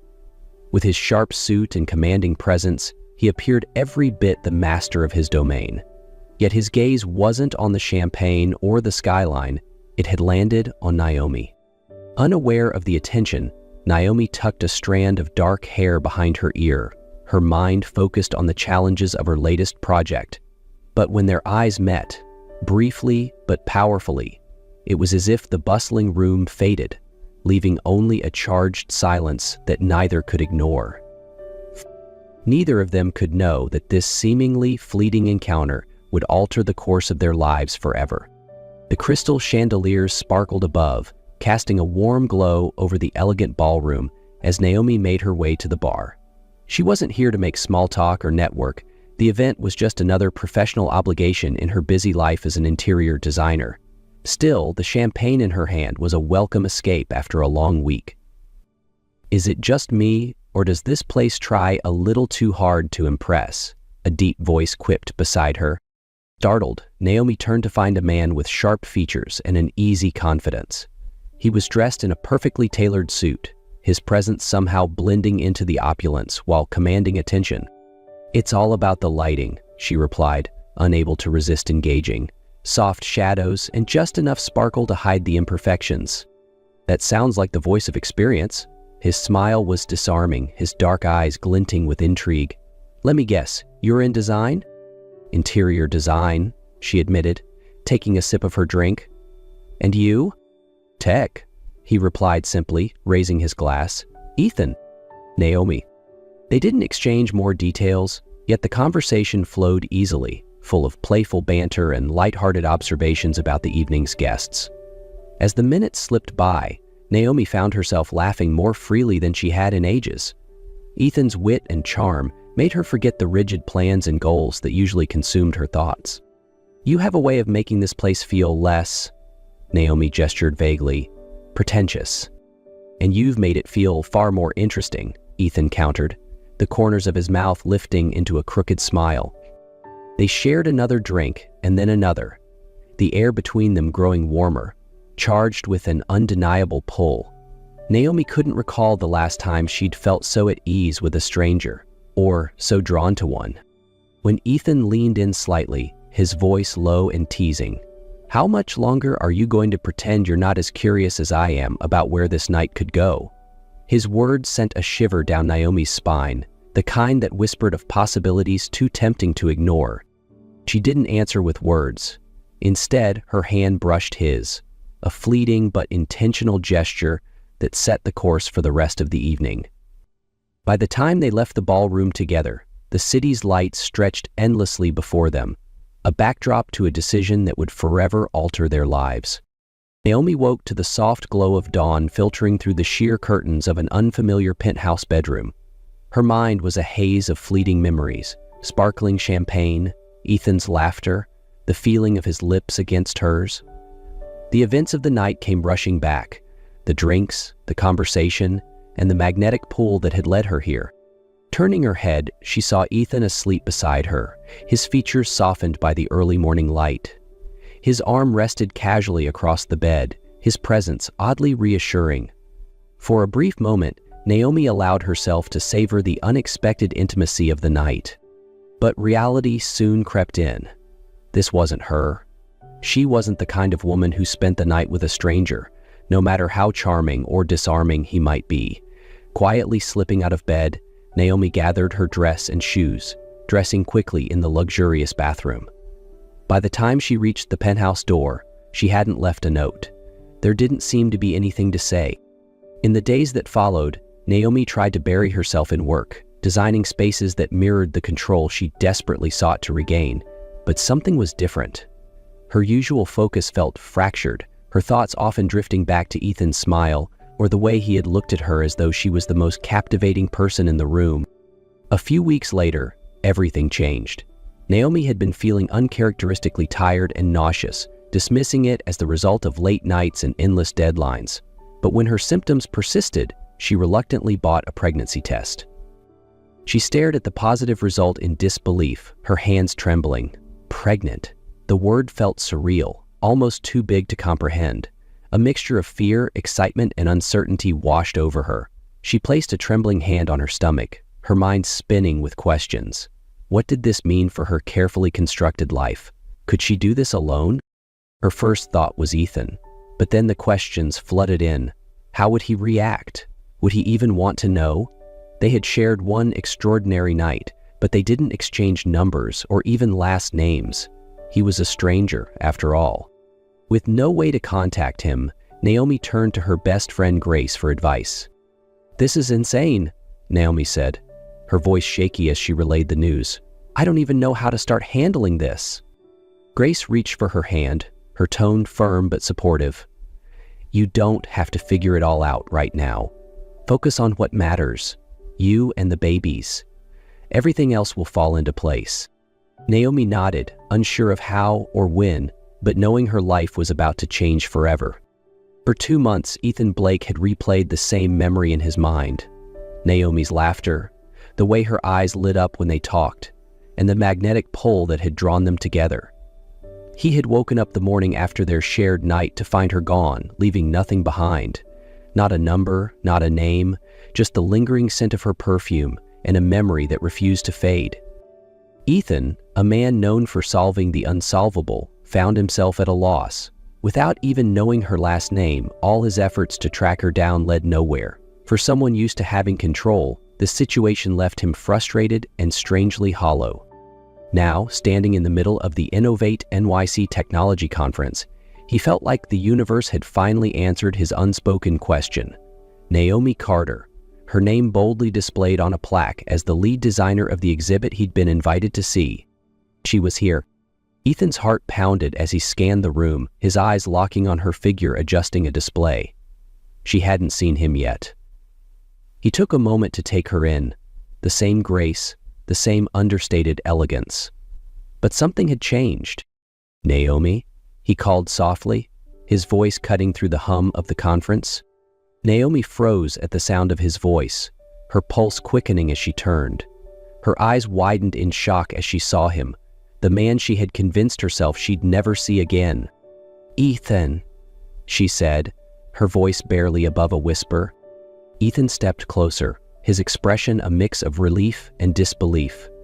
"I've been looking for you," he said, his voice tinged with frustration. "I didn't even know where to start, but I couldn't stop thinking about you." Naomi's heart sank. She had hoped for time, for a way to prepare herself for this moment. "I didn't think we'd see each other again," she admitted, her voice trembling slightly. Ethan searched her face, picking up on her hesitation. "Is something wrong?" he asked, his voice softening. Naomi hesitated, then drew in a steadying breath. There was no easy way to say it. "I'm pregnant." The words hung in the air between them, heavy with meaning. Ethan blinked, his expression unreadable as he processed what she had just said. "Pregnant?" he repeated, his voice low. She nodded, her hands instinctively moving to her stomach. 2 months. Ethan let out a shaky breath, his gaze flickering between her and the tiny hint of a baby bump beneath her blouse. His chest tightened with a swirl of emotions, shock, disbelief, but most of all, an overwhelming sense of responsibility. "And it's..." "Yes," Naomi said quickly, meeting his eyes. "They're yours." Ethan's shoulders dropped as the tension melted into something deeper. Resolve. "Naomi, you should have told me," he said, his tone firm but not accusatory. "I didn't know how to find you," she said defensively, her voice wavering, "and I wasn't sure if you'd even want to know." "Of course I'd want to know," Ethan said, stepping closer, This changes everything, but I'm not going anywhere. I want to be part of this, of their lives, of your life, if you'll let me." Naomi felt her walls begin to crack as his words washed over her. "I don't know what I need right now," she admitted, her voice shaky. "Then let's figure it out together," Ethan said, his tone unwavering, step by step. For the first time in months, Naomi felt a spark of hope. Ethan wasn't just showing up, he was staying. The weeks following their unexpected reunion were a whirlwind of adjustments for both Naomi and Ethan. The guarded walls Naomi had built around herself began to crack as Ethan eased his way into her life with quiet determination. True to his word, he didn't push her, but remained a steady presence, showing up for every prenatal appointment and making time despite his packed schedule. Naomi, however, struggled to find her footing. Balancing the demands of her career with the realities of pregnancy left her feeling stretched thin.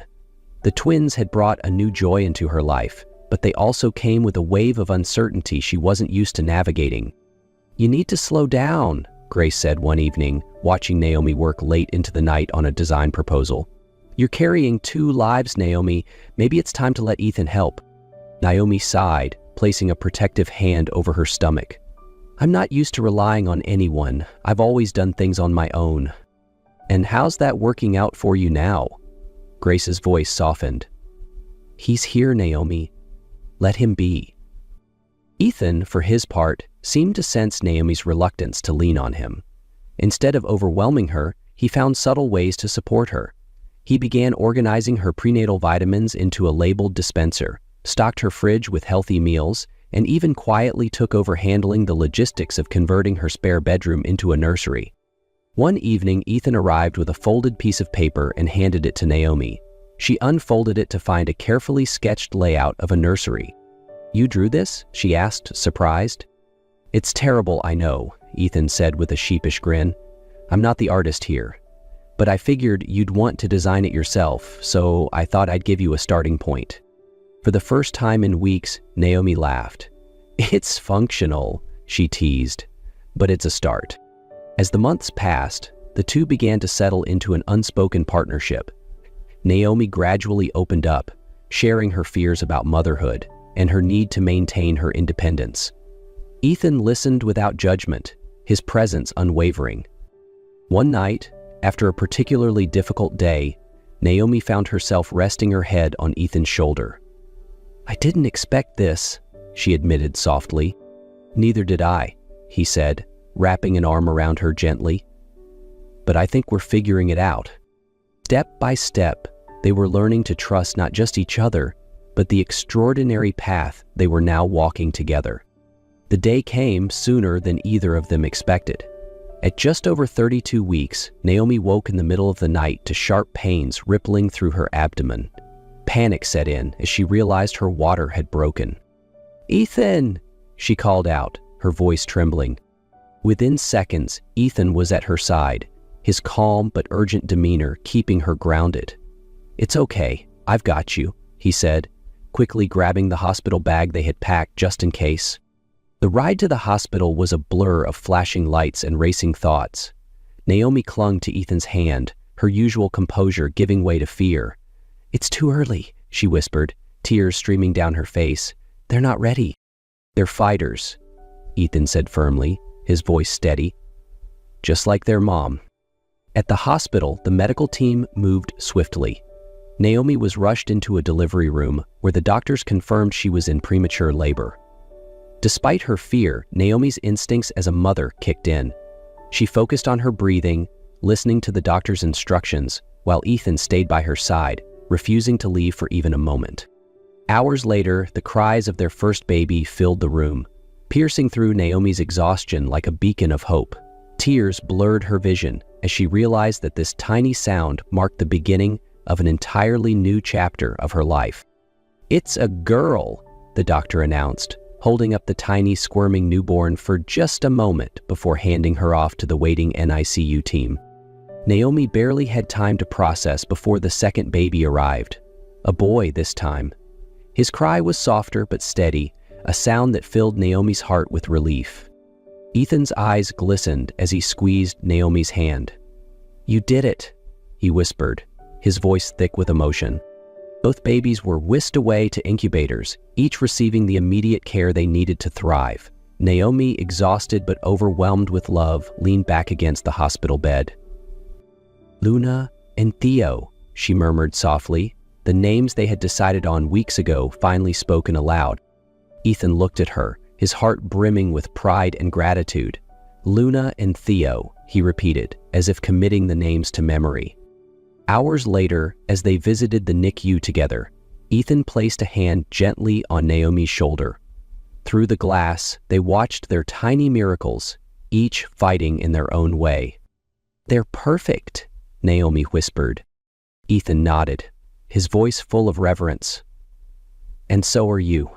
Sunlight streamed through the glass walls of the botanical garden, casting a warm golden glow over the ceremony space. Delicate white roses and peonies adorned the arch where Naomi Carter and Ethan Blake were about to exchange vows. In the front row, nestled in their custom-made chinettes, two tiny bundles lay peacefully. Luna, with her delicate features and calm demeanor, rested quietly, while Theo, ever curious, waved his little hands as if conducting the string quartet playing in the background. Naomi stood in the bridal suite, adjusting the soft folds of her ivory dress. The gown, simple yet elegant, shimmered with subtle gold undertones that caught the light, a nod to the unconventional path that had brought her to this moment. "You look stunning," Grace whispered, her voice full of emotion as she adjusted Naomi's veil. Naomi's eyes shifted to the window, where she could see Ethan waiting at the altar.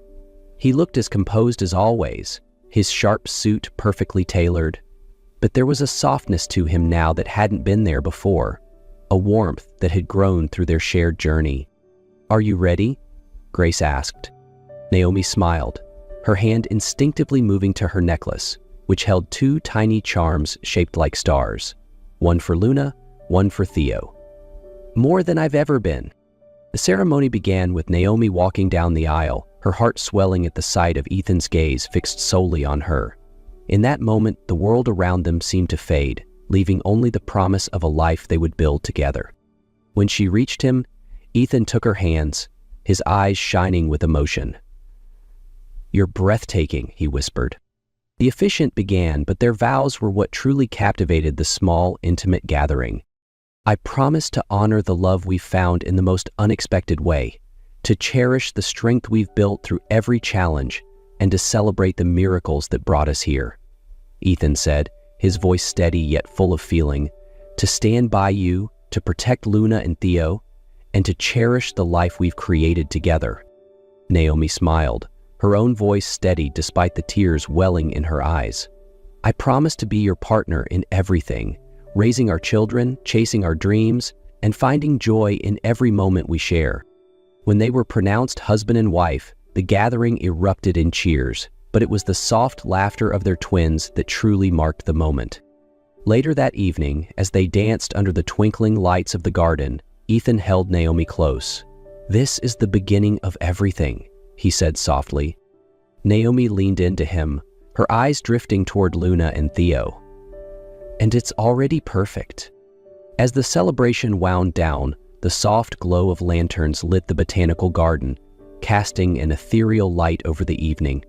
Ethan and Naomi sat side by side, watching Luna and Theo, who were now awake and gurgling happily in their bassinets. The twins were the center of their world, two tiny miracles who had brought an extraordinary depth of meaning to their lives. Naomi leaned her head on Ethan's shoulder, her wedding dress pooling gracefully around her. "It's strange, isn't it? How one unexpected night could lead to this," she said, her voice filled with quiet awe. Ethan smiled, his hand resting gently on hers. "I used to think I had everything figured out. My career, my plans, everything was on a timeline. Then you came along and rewrote everything I thought I knew about life." "And now?" Naomi asked, glancing up at him. "Now," Ethan said, his gaze fixed on Luna and Theo, "I can't imagine a life without you, or them. You're my future, Naomi, all three of you."